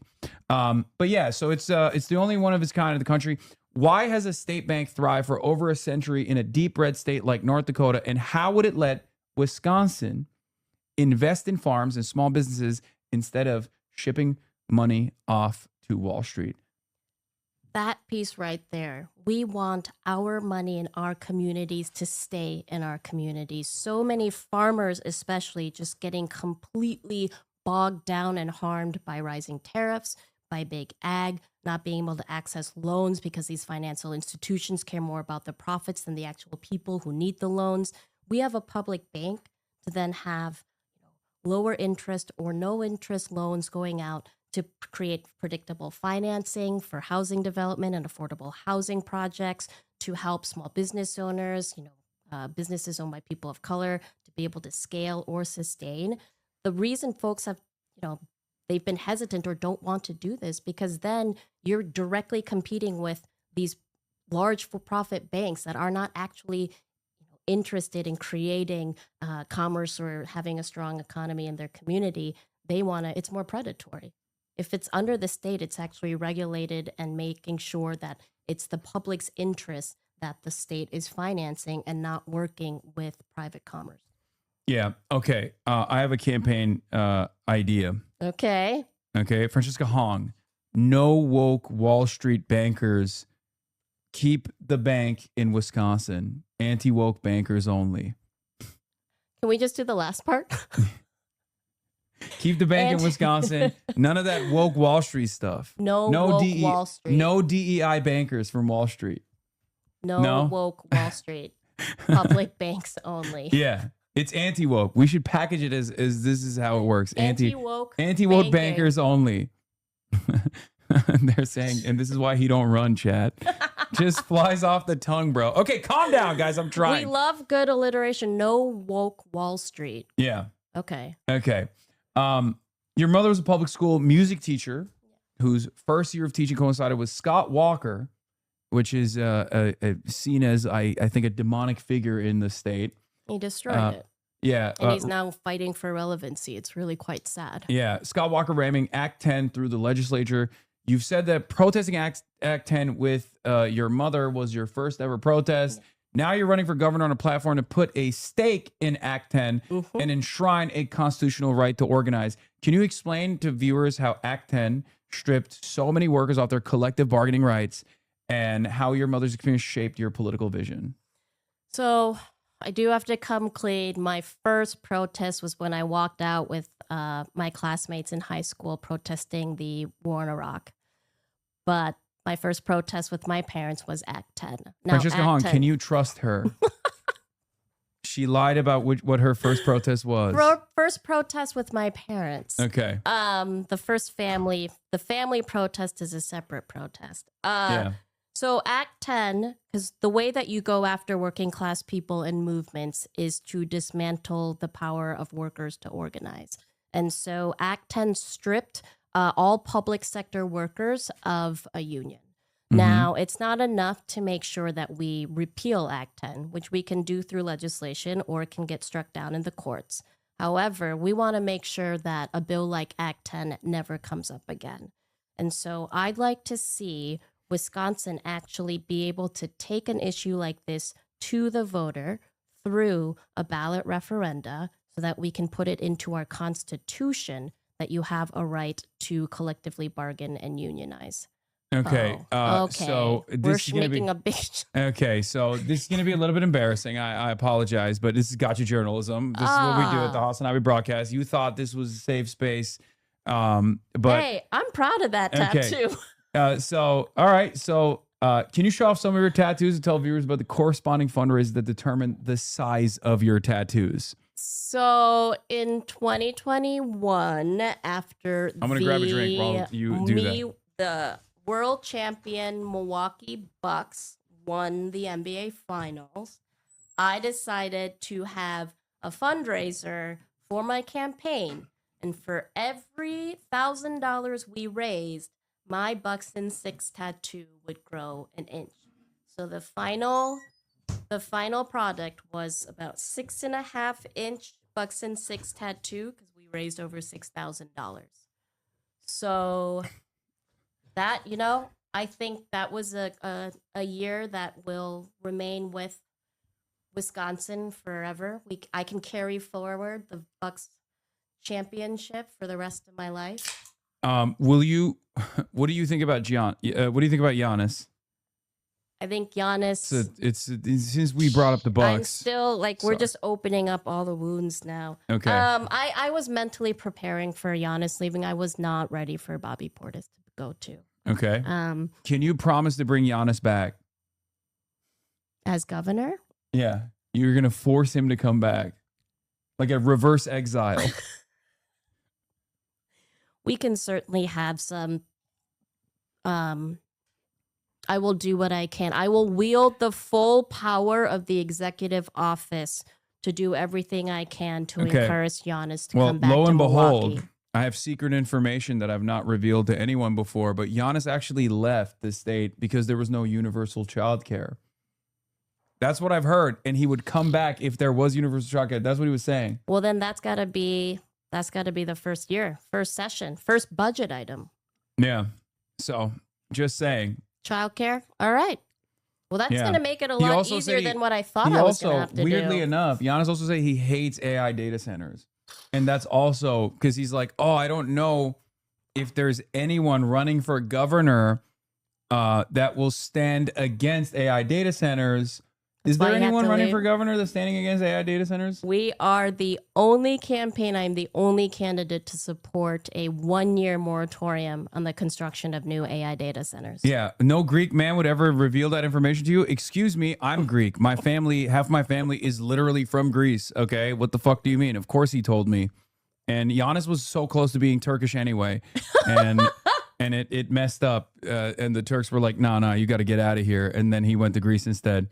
That's like not even fully a fake story. Anyway, that's, although I am lying about other stuff. But hey, guess what? Oh, I think somebody just mentioned Tyler Harrow. Yeah, no, I'm not thrilled. He has a lot to prove to us. He's going to be up against many other good guards that we're bringing in, so he better fucking show up. Okay. Speaking of which, by the way, so we talked about this tattoo growing for your fundraiser. This time it's going to be much easier. You're just going to eat delicious Korean food. Which is going to be arriving soon. Once again, chatters, we are currently at $26,830 raised, with the goal being $35,000, but it will go above $35,000. $35,000 is just for a mukbang session where Francesca Hong will review for the first time ever LA Korean food. It's huge, okay? This will change her life, possibly. You can be there to be that change. It was my expectation that there was going to have to be something life-changing that happened today. This could be it. So now let's get back to some less serious, but still fairly serious stuff going on. You have a race coming up. The Democratic Party primaries are coming up. One of your primary opponents is Lieutenant Governor Sarah Rodriguez, and she just consolidated the moderate wing of the party after Missy Hughes dropped out to endorse her. She's backed by over $5 million in independent expenditures. You're running an avowedly grassroots campaign that completely rejects corporate PAC money. How does running a campaign powered by working class donors and working class energy neutralize this massive financial advantage that Lieutenant Governor Sarah Rodriguez has? And how do you convince voters that electing an unbossed socialist is worth the risk of bucking the party machine? I have to answer to the people. They're the folks who are backing our campaign. We have more individual donations than the next two candidates combined. No corporate PAC money, no APAC-backed money. This is ensuring that literally the folks who are powering our campaign are who I answer to, not special interests and not lobby. We have already hit over 40,000 doors in our state. Just one weekend, over 10,000. And these aren't just volunteers who have been working with Dems and other campaigns. These are folks who are new to politics, folks who haven't knocked doors before. When you're engaging and earning the excitement of people who haven't been in politics before, that means that we're breaking through one of our biggest opponents, which is apathy, which is disillusionment. And I think that's something you cannot buy. You cannot buy the excitement of the voters. You have to earn that, build relationships, do the work on the ground, and actually show folks that you are not just fighting for them, but we are the campaign that's fighting alongside them. Hell yeah. So Wisconsin's primaries have a different system. It's open. Yeah. Right. And also I'm pumping the donation link, everybody. We gotta, get those numbers up still. We're at 27,000 only. We're not at 35,000. If the food gets here, it's going to go cold if you don't hit the 35,000.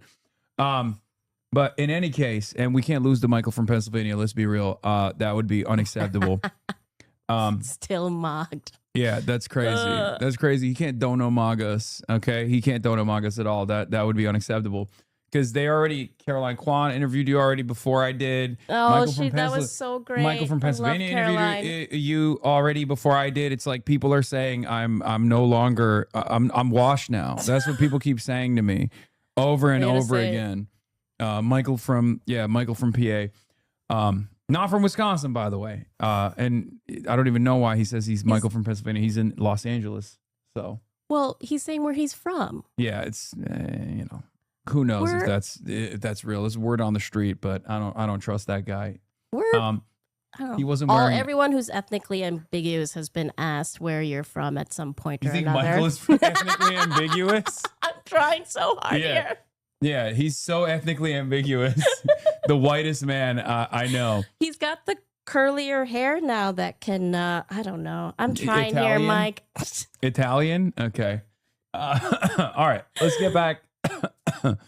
To the open primary. So Wisconsin's open primary rules mean anyone can vote in your primary regardless of party registration. At the same time, polling shows that the vast majority of voters are currently undecided or completely tuned out. What's your message to those voters who feel like establishment politics of the past few decades have basically forgotten about them? They just sold them out. And what do you say to conservatives who have grown tired of Trump's costly wars and his lack of transparency with the Epstein files and gas prices skyrocketing because we are waging Israel's wars on their behalf in Iran? You deserve better. You deserve permanent affordability and a Wisconsin that belongs to you. I think ours is a campaign that focuses on building community and policies that are universal, but we have to message in a way, and we have to let folks know that we are doing this for you, the individual, so that you can better take care of yourself, your loved ones, and your community. On the campaign trail in central Wisconsin, you've spoken about validating rural rage, the anger of rural communities that have been hollowed out by corporate tax breaks and offshore manufacturing. How have decades of corporate neoliberalism and austerity hollowed out rural Wisconsin? And how does your plan to build publicly owned grocery stores, the bill AB 1221, and reinvest in municipal infrastructure directly address that anger? One of the things that rural folks really get excited about when our campaign comes through to meet with them is the younger folks in the area who show up for us, who are now showing up to meet with some of these county party leaders who are generally white and over the age of 65. And we're showing folks that, look, a different type of politics is possible that will bring in a different type of policy. Because these are areas where middle manufacturing, paper mills have shut down. They went overseas. These are places where GM plants and, good paying union jobs with good benefits, they were shipped overseas. And so when we focus not only on bringing in middle manufacturing, good jobs through public grocery stores and investing in infrastructure, but we think about a green bank with green new jobs that are powered by union jobs, and we're investing in clean energy infrastructure, updating schools to be green schools. We're talking about good jobs to update municipal buildings and fucking fix the potholes in the roads. And so there's been a manufactured divide and resentment with policy that pits urban and rural against one another. But it's because they're policies that favor corporate greed and corporate profit that's happened, not because, we're trying to create that. It's not about a manufactured divide. It's about making sure working class people have opportunity in their community to keep money in their community. Okay, I like that. But what if my suggestion to you was billions of dollars in tax breaks for AI data centers instead of fixing the potholes and also rural infrastructure alongside urban infrastructure? So we got data centers in Wisconsin right now, We need and more. they're exempt. They don't pay sales and use tax. Hmm. If we were to delete in our Control-Alt-Delete plan for data centers, those corporate subsidies and exemptions, we're looking at $2.1 billion that we can put into public transit, clean infrastructure, and fixing the damn roads. That's a Tony Evers quote. Who needs to get on the bus or even drive on roads that you have to have adequate suspension on when you can feel the joy of paying extra for your electricity bill because there's an AI data center down the road that's sucking up all of the energy and also humming and creating environmental catastrophe as well? Yeah, I think that money can be used in better ways. I think that we should be taxing the billionaires and the ultra rich and having a wealth tax so that finally our money is staying in our communities as opposed to our money paying for the tax breaks of some of the wealthiest people in Wisconsin and paying for these companies to have lobbyists to then line up and basically be a puppeteer for politicians. I think the money that goes to lobbyists from corporations that come from breaks that we pay for, that in itself is a fucking abomination too. So let's talk about cranes and trains. Not so big on the cranes in general, but I definitely love trains. You're the only candidate, as we've adequately mentioned, who is calling for a moratorium on data centers. And Wisconsin still wants to hand big tech more than $2 billion in tax breaks. Your cranes and trains plan says take that money, hire the exact same union workers, take that exact same money, and instead of building an empty server farm that jacks up everyone's electricity bill, we build homes for people can afford, a greener grid, schools and transit that actually works. How do you envision using Wisconsin's multi-billion-dollar surplus to build bridges and trains for the engineer in Milwaukee, the dairy farmer in Green Bay, and the student in Madison, rather than gifting tax breaks to big tech companies? I think the entire vision and what Wisconsinites need to remember is that the state belongs to them and not these big tech companies and not these outside contracts that are coming in, and they're not putting our workers first or putting in project labor agreements. And I think in order for us to grow working class people power, we have to be the ones to have democratic control of the economy, which is why we have to put this money, as opposed to subsidizing data centers and big tech. We actually put it into the communities, what they're demanding, to help make communities safer, more affordable, and more sustainable for our kids. Okay.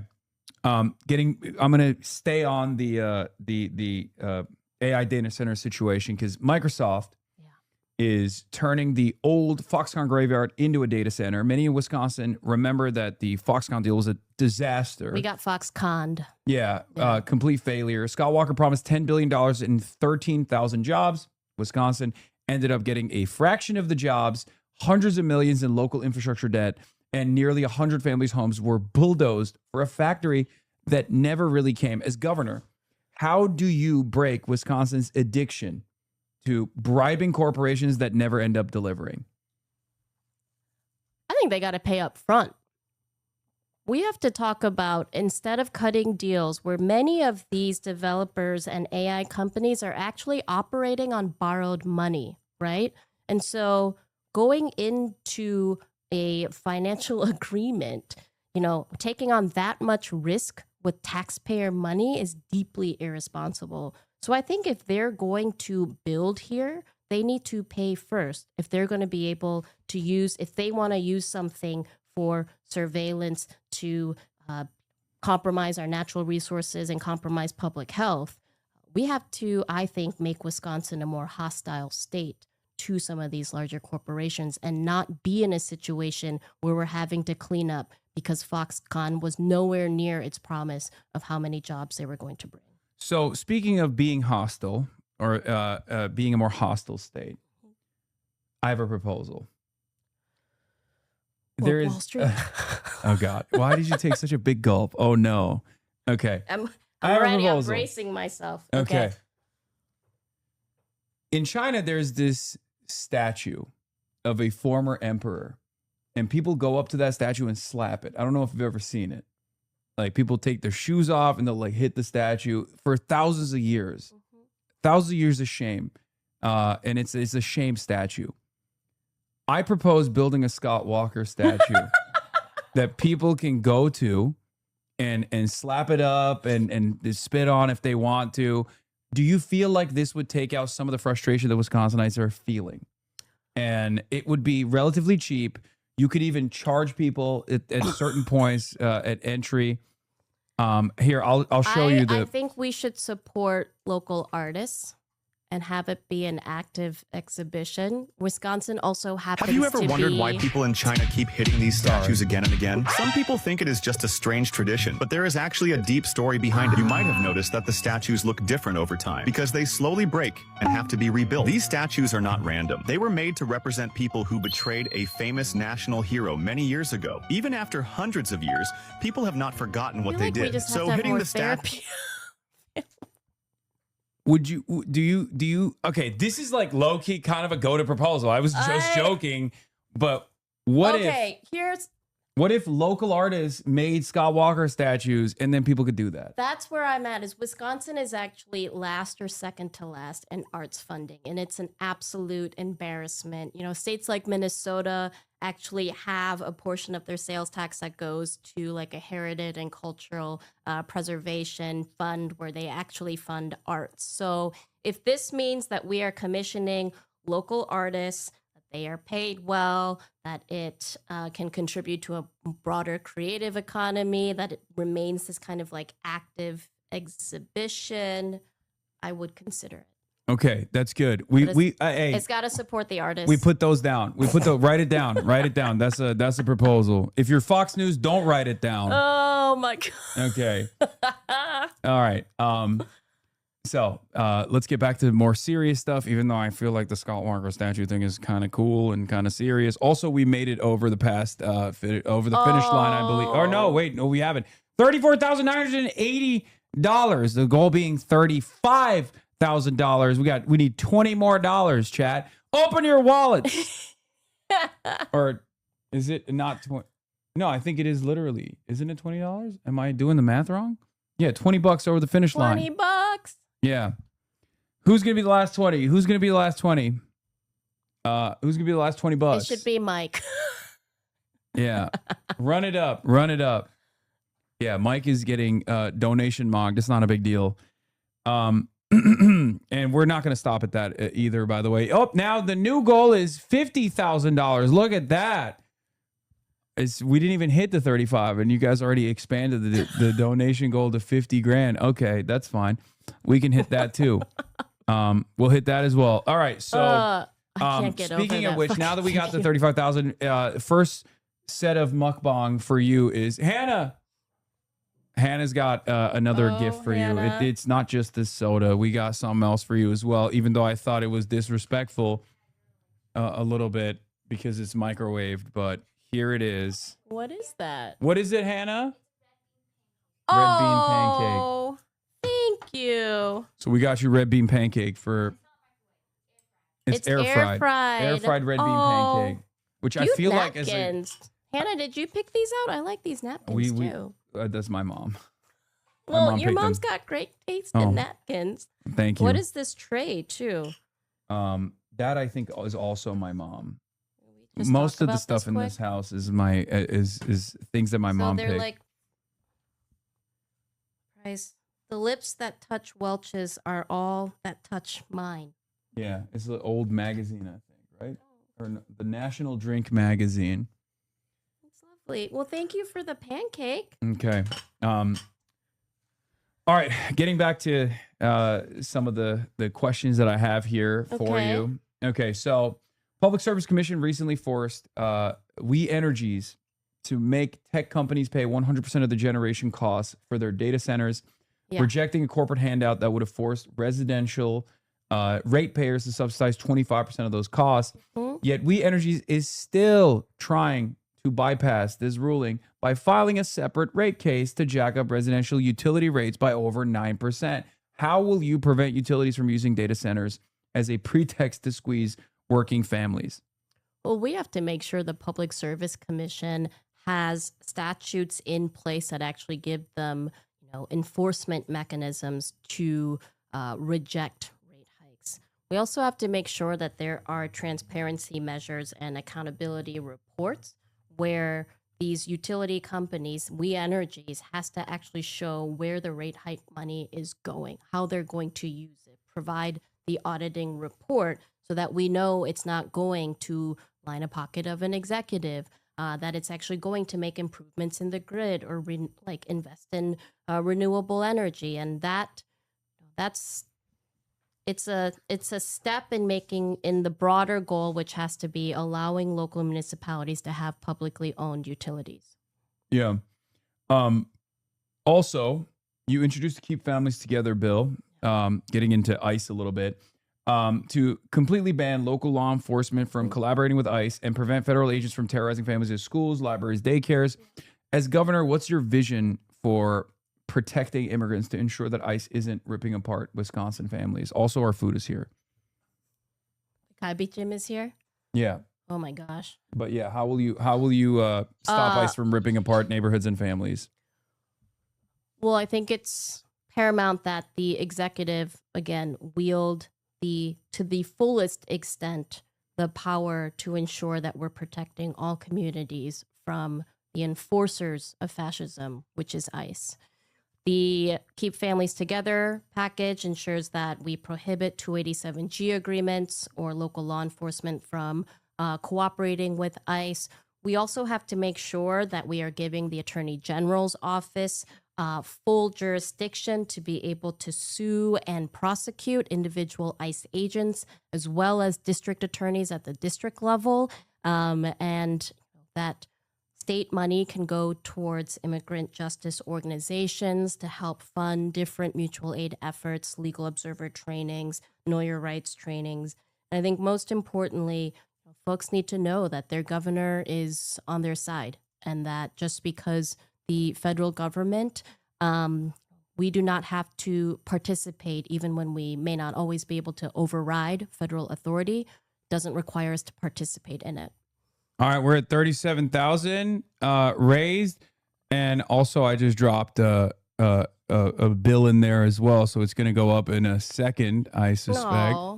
No, But I'm excited for this food. all right, let's bring the food in. Hannah, you got the food? All right, bring it in. Hannah's wonderful, by the way. Yeah, she's great. Here. Oh wow. Yeah, it's a lot. It's a lot. Okay. All right. Oh wow. A billion. Yeah, I dropped $1 billion illegally as a single contributor. You know, one of my many billions. Oh, you're a billionaire? Yeah, yeah. Multi-billionaire. All billionaires Yeah, are yeah. subsidized socialist candidates. Okay, so we got. That's what I want Tom Steyer to do. How's he doing? I don't know. I want to have a check-in with him. So we got kimchi. There's a lot, but basically, I mean, the meta is to just pop this up. Okay. And then, can we get a claw, Hannah, to grab the grab the food out of the thing? Oh, you got white clothes on too. This is gonna be. Oh, don't worry about this. I want to make sure we don't make a huge mess here. If we keep it in the tray, then the mess stays in the tray. Okay. Oh, they didn't even give us forbidden rice or whatever. That's kind of lame. Normally they use purple rice. Yeah. Yeah. Okay. Yeah. This is what we need. Oh my god, this whole thing is kalbichim? Yes. All right. Pop it open. Pop it open and let's see what your first reaction is.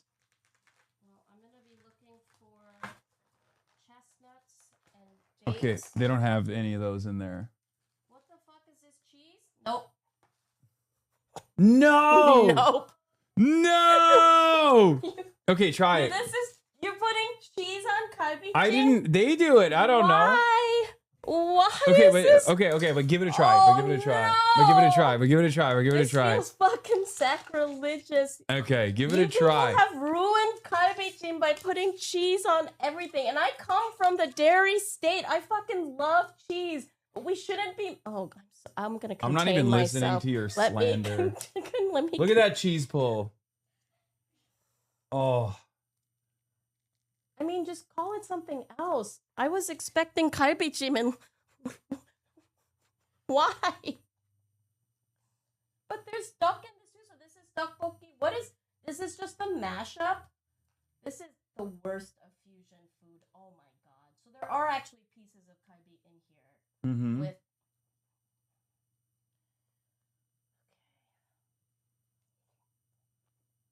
Let's see. It quieted you down, so that's good. In spite of your initial reaction, is potatoes bad on it too, or is that? I mean, potatoes, carrot, garlic, sometimes like little chestnuts or Chat, that was. I'm sorry to cut you off. Chat, that wasn't misogyny. It's always a good thing if you put the food in your mouth and you stop talking. That means it's good. That means you're excited. This is fine, but it's not kalbichim. So then I can't really give you the criticism or the feedback because the premise is off. So this is not kalbichim. I mean, it's something. It has kalbi in it. It was braised. Jim means braised. Oh my god. Oh my god. Well, we're double starching with rice cakes and rice. I get it. I don't get it. Why? Okay, so the cheese on the Korean food craze started, I want to say a couple years ago, and I didn't understand it. This is very. I have a lot of feelings now. I'm sorry. I'm gonna give myself a minute here. Sip on my traditional Korean Can I ask you a thing Sprite. about this actually? So one of the things I wanted to ask you, and you got to get closer to the mic. Sorry. Yeah. But one of the things I wanted to ask you is, cheese on Korean food has to be a byproduct of the Korean War, right? Like I assume that because there's no it doesn't exist in like Asian cuisine for the most part. Cheese is not supposed to be in Asian cuisine like that. No, I mean, I think that's. I don't know if I could pinpoint it to a certain day, but dishes like budae-jjigae, that has, spam traditionally or hot dogs and kimchi, and you boil it with other vegetables. That's very much a dish from the war. And American, Korea has one of the largest, if not the largest, American military presence outside of the U.S. But I think the cheese thing It's like a happened- new evolution. I think it's newer, and I think I'm gonna go ahead and blame some like white male chefs who thought they were building something innovative and took fusion food in the wrong direction. But people love it, and if it tastes good, great. You can't tell me this is kalbi jjim. So it's not kalbi jjim, but do you like it? Like, what's your assessment over it on it in Well, general? now it's hard because I'm going in with this very visceral reaction of seeing cheese.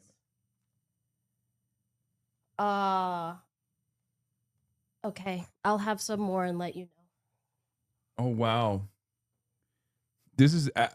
I would be more devastated if I wasn't eating my favorite food right now. Like I'll be honest, like it's one of those things where I get it. Like I'm Turkish, and there are a lot of places that say, this is authentic Turkish food, and then you have it, and you're like, this is not authentic Turkish food. It kind of sucks. I don't even think this is cultural appropriation. I think it's just like it can be different cuisine. Like that's. You would think that with the cheese and the Korean, like for me as a Korean American born and raised in Wisconsin, this should be a happy thing, but it makes me very angry. Damn. But not the best feeling to invoke. But I'm so glad you're enjoying it. When I came in hot. When I'm I came in glad hot, you're and it was like, this is enjoying my it. favorite Korean food. And LA Korean food mogs. It turns out it doesn't mog. I wonder if someone else can speak to when this cheese phenomena happened. But I feel like right now there are more white people who can speak Korean better than I can. Like as a Korean who grew up in a time where, especially in a place like Wisconsin, where like being Korean wasn't cool, and if anything, like your proximity to whiteness was your social capital as a way to kind of protect yourself. Yeah. I did club soccer and theater. The two least Korean American things for, well, actually maybe not soccer anymore. God damn it, we had a terrible showing. But and now it's like so cool to be Korean. I'm good, love. Thank you. I have many mixed feelings about how Korean culture has become this phenomena, and now I'm like, am I cool enough to be Korean? But I'm gonna go ahead and blame TikTok for this.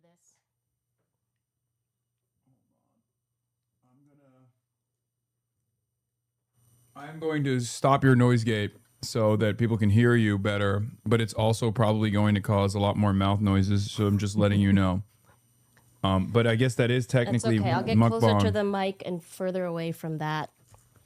From that thing? From that monstrosity? I have beautiful kimchi in front of me now that I will eat with my rice. Let's see if you like the kimchi. I think I will. I got sauce all up and down my beard. Oh, that's lovely. Oh, no, it's too sweet. It had a good shot at the beginning. You got a little bit of the funkiness from the shellfish and the salted shrimp. And that's the other thing. I feel like a lot of Korean food got very sweet, and I'm going to go ahead and blame, white folks for that too.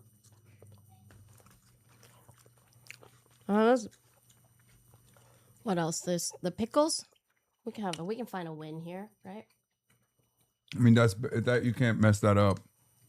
Can't they? Can't you? Oh, that's nice. So, I have some more questions, and I know you don't have a lot of time left, so I'm gonna burn through them as fast as I can.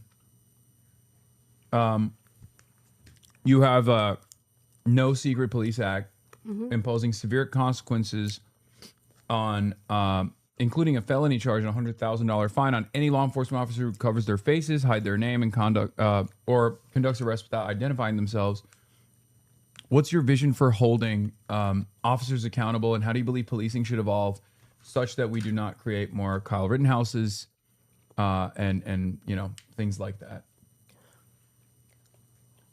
We have to invest in community. You can't be tough on crime if you're not going to be tough on causes. Our educators and police officers are having to respond to crime and so many of societal failures. If we look at the communities that are safest, they're the ones where folks have good jobs with good benefits, adequate mental health resources. Our kids have community centers and places to go and be themselves and have fun after school. Our schools are fully funded. I think that if we do not actually invest in making sure working people have their needs met, we are not adequately addressing crime. And this is a system right now that has the Epstein class running free. So don't tell me that it's working and that we shouldn't fight for reform. We have to fight for reform. You mentioned before that, childcare costs have now exceeded a year of tuition for UW-Madison. Well, it costs more than that to incarcerate one person in the state of Wisconsin. And Wisconsin incarcerates Black men at a disproportionately high rate, higher than most states across the country. So this is not working. And if we want to be serious about public safety, if we are serious about crime and actually making sure that our kids have a future, we have to invest in community first. Police are a response to crime, and right now they're responding to a lot of things that aren't crime and then creating more violence. Yeah. We're also at 46,000, I think. Holy shit. Yeah. I might have poisoned you with bad Korean food, but at least, We just don't have to call it Korean food, and it's okay. Okay. We can have, and I hope Sun Nong-dan don't fault me. I think you made... I love this place, and I will forever great. ride for it. It's so great. It's fine that you don't like it. It's okay. And maybe I'd be more sad if I wasn't eating this delicious food right now. And if you had just told me it was not if you didn't tell me it was kalbijim, I would be enjoying that. Okay. You queued me up. Well, that's what it says on the menu. Yeah, you queued this up to fail. They queued it up. They set it up. That has to be like an add-on for cheese, though. They wouldn't put it on the menu with cheese on it. Like No, that is add-ons. That is an add-on. Yeah, the rice cakes are an add-on. What? The cheese is an add-on. I added on because that's. Oh, so you did this? No, but they added on when you go there. Yeah. And you order it. Yes, the cheese and rice cakes are add-ons. Yes. So sometimes one of the more annoying things that would happen in the restaurant is when you have folks who are like lots of substitutions, lots of add-ons. No, this is like like it's not. I don't like randomly decide to put cheese on. I know it. these are available as add-ons to enhance the meal and the dish. Yeah. No, Again, had I known this was the product or this was the dish, that's very mukbang-y. Did everyone see the cheese pull? Yeah. I think that's what food you hate people... it. You hate me. You're like, I'm doing a ban. I'm doing a Hasanabi ban from the state if I win the race. I love cheese and I love kalbijim, and I just don't want to see them together. Okay. But they're both delicious on their own. Are you gonna open the gifts that we brought you? Yes. But let me ask you another question before we do that. Sorry, I know we're running out of time. It's okay. During your 2024 primary, you broke with the party line to back the uncommitted movement to protest the genocide of Palestinians, and you drafted a state legislative letter demanding an immediate ceasefire. You also introduced a clean repeal of the former Governor Walker's anti-BDS laws. Mm-hmm. How do you connect the struggles of the working class in Wisconsin to the billions of federal taxpayer dollars spent on funding military conflicts and bombings abroad? I think at its core, Palestinian liberation is intrinsically entwined and connected to the liberation of all of us.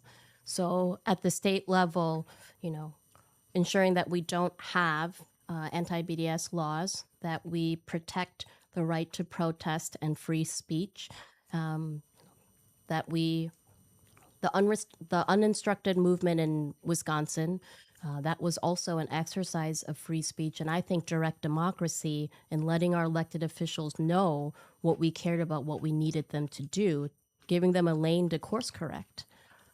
I think working class people, we shouldn't see our tax dollars going to fund genocide and forever wars when we don't have folks here who have access to housing, that we've got kids who are hungry in Wisconsin and across the country. It's unacceptable. And so investing in and fighting for human rights, that's also who I am and why I'm a democratic socialist too, because democracy, human rights, and fairness, those are the principles that, that's what dictates the policy that I'm fighting for. Hell yeah. Wisconsin is the only state in the Midwest without medical marijuana, one of 9 nationally. So 1 of 10 for no Medicaid expansion, 1 of 9 for no medical marijuana. Wisconsinites often drive the neighboring states to purchase weed. Yeah. Which means millions of dollars of potential tax revenues just leaving the state. As governor, will you legalize medical marijuana? And if so, will you also allow, or will you also push to legalize it recreationally? Full legalization of medicinal and recreational marijuana. We also have to make sure that we are fulfilling our responsibility to help folks who have low-level drug offenses, look at expungement, opportunity for cannabis-related entrepreneurship. So it goes beyond just legalizing. I think we have to make sure that it's, creating an infrastructure and an economy that puts Wisconsin farmers first, that makes sure that Wisconsin entrepreneurs are first, that we're not, there's a lot of predatory, I think, lobbyists coming into the cannabis industry right now. Wisconsin has an opportunity to make sure that the model that we have for legalization puts Wisconsinites first. So looking at parts of Michigan, parts of Colorado, but most importantly, that it supports our entrepreneurs, our consumers, and our farmers. Okay, so this is you kind of already did this from the start, but this is what I call the Zoran question. It's like clearly definable policies. Yeah. What are your top 5 priorities for Wisconsin, and how would you go about implementing them? Public education, fair, cheaper health care, shared revenue, child care, and housing. And so public education, if we want to maintain a democracy in our state and this country, we must invest in what is the last remaining democratic institution. That's public education. So supporting our public schools, making sure that there's fair, cheaper healthcare through the expansion of Medicaid, investing in a public option, and ensuring that we are controlling and regulating healthcare prices to bring healthcare costs down. Talked about shared revenue. Now, this is really important because the state of Wisconsin has been hoarding a lot of our tax dollars away from our local municipalities. And if we want to make a meaningful difference in people's lives in just 2 years, one of the best ways we'll be able to do that is to make sure that our cities and towns have enough resources to fund our libraries, to fix our roads, to make sure that, things that people are thinking about, stoplights, roundabouts, what have you, that local governments have what they need to be able to provide the essential services, fire and EMS, housing. This is something we hear about everywhere. We're going to be able to maintain and lower rent costs by having tenant protections and making sure that we're building permanent affordable housing, increasing density, and having an actual housing agency, not just a pseudo-governmental housing authority. And then the childcare. That has to be lowering to no more than 7% of anyone's annual income should go to childcare, but we move towards building fully subsidized childcare for those folks of family of 4 making under $115,000. That was great. Now we're going to do rapid fire. Super easy, super simple. Rapid fire. Do you support repealing Act 10? Yes. Universal child care? Yes. Free school meals? Yes. Guaranteed pay leave? Yes. Abolishing ICE? Yes. A 1-year data center moratorium? Yes. Breaking up big ag? Yes. Public grocery stores? Yes. Right to repair? Yes. Legalizing cannabis? Yes. Overturning Citizens United? Yes. A workers' bill of rights? Yes. A free Palestine? Yes. a Scott Walker statue that people can go to that are made by local artisans and craftsmen that people can slap up if they want to? Tentatively, yes. Okay, I tried to sneak that in there. I was like, oh, we got the momentum. Like you're saying yes to everything. Maybe I could catch you. Damn it. Well, thank you so much for coming on. This was an incredible experience. Your primary's on August 11th. You're dancing between first and second in the polls right now. There's some consolidation taking place because obviously you've had a lot of momentum, and centrist Democrats are definitely very scared of having responsive politics in any state. This would be a significant victory for people in Wisconsin, but also for democratic socialism as well, to prove once and for all that these policies are universal, that they're not just pie in the sky ideals. Yeah. That this is what good governance is, and for people hearing you for the first time today, what do you want them to understand about your convictions, and how can people contribute to your campaign? What are some areas of need for you? We're almost at $50,000. Oh my God. Well, 47,500. We can't hit 50. What are you guys doing? I will say that as goes Wisconsin, as goes the country. If we have this grassroots community-powered campaign taking on the status quo, the establishment donors and Dems who don't want us to imagine better, to dream better. If we are the campaign that will actually go back to our progressive roots in Wisconsin and build something better. So where socialism was born in Wisconsin, unemployment insurance, Social Security, kindergarten. Shout out to Mike. I'm going back to some of our history. But the thing is, if we're able to show the rest of the country that we can have a different type of politics in a purple state where working class people are choosing to have more power and actually have a government that is going to put them first, that changes the game for the entire country. So working class people power means, more organizers, more folks going out for DSA. I think that everyone needs to be paying attention to what's going on in Wisconsin, because what happens here is a potential foreshadowing of what's to happen in the future. Hell yeah. So let's look at what you got me. Francesca Hong's strongest soldier. Reagan fucked us, pal.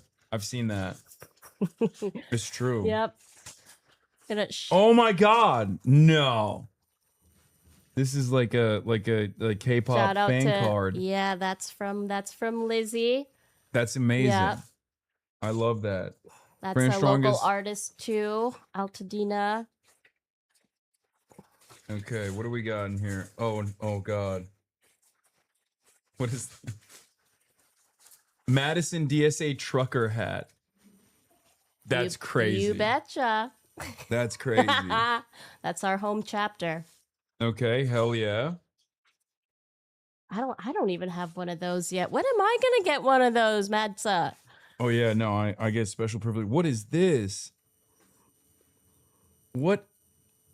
DSA? Wait, Milwaukee DSA? What is this supposed to be? They're ear covers. Wait, they're a headband so that you keep your ears warm. Yeah. Like that? Mm-hmm. Okay, it's a little bit too big for my head, but I think that's because... Well, I mean... I have a big head. I have a normal size head. Shut up, Chad. Shut up, Chad. I think maybe they assumed. No, it looks great. Okay. We got a beanie. Milwaukee DSA beanie. I gotta say, my home chapter there. You guys are going so hard with this. Oh my God. That looks...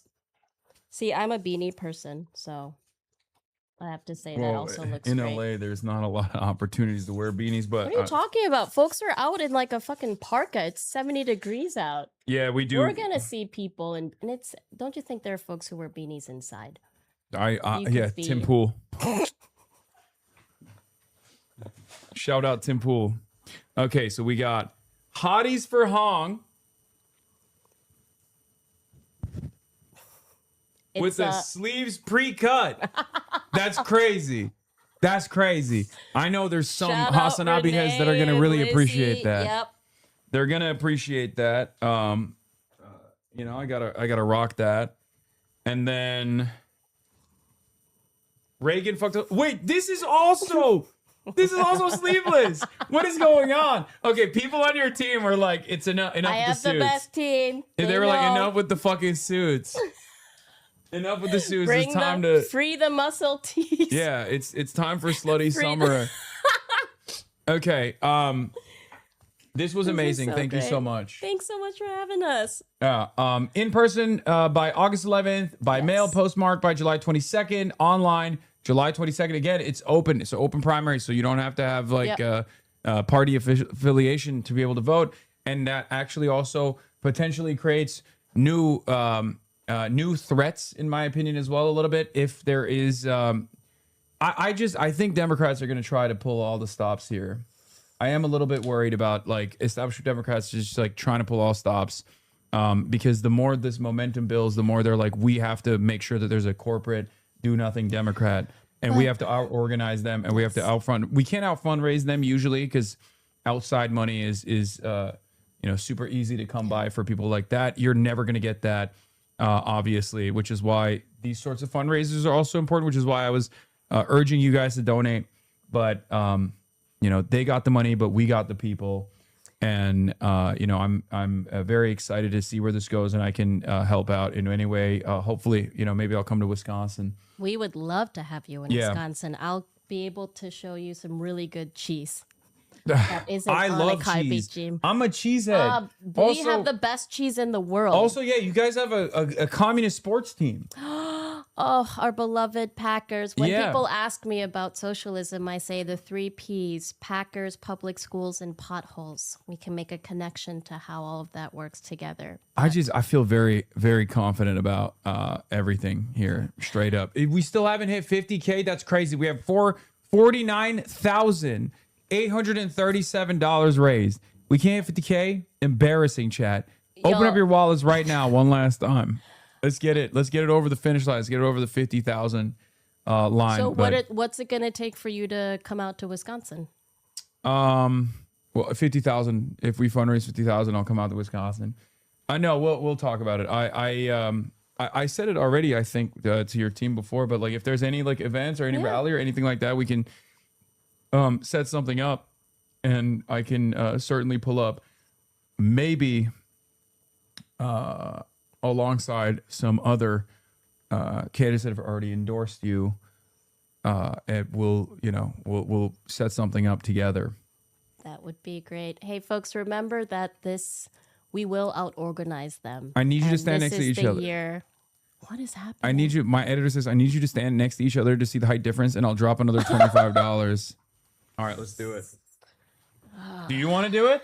Yes, as long as we're hiding this thing. Okay. Uh-oh. All right. Here we go.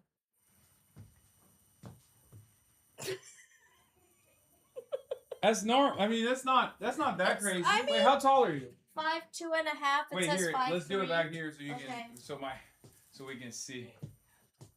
That's not that crazy. It's pretty normal. think, yeah. There it is. All right. We did it. Well, thank you. Thank you so much. Thanks so much for having me. This was great. This was chat. wonderful. Okay. I am going to walk you out, take a photo, and then you guys can get back to the Supreme Court and the devastation that is being offered to the United States of America potentially. Damn, this guy's good.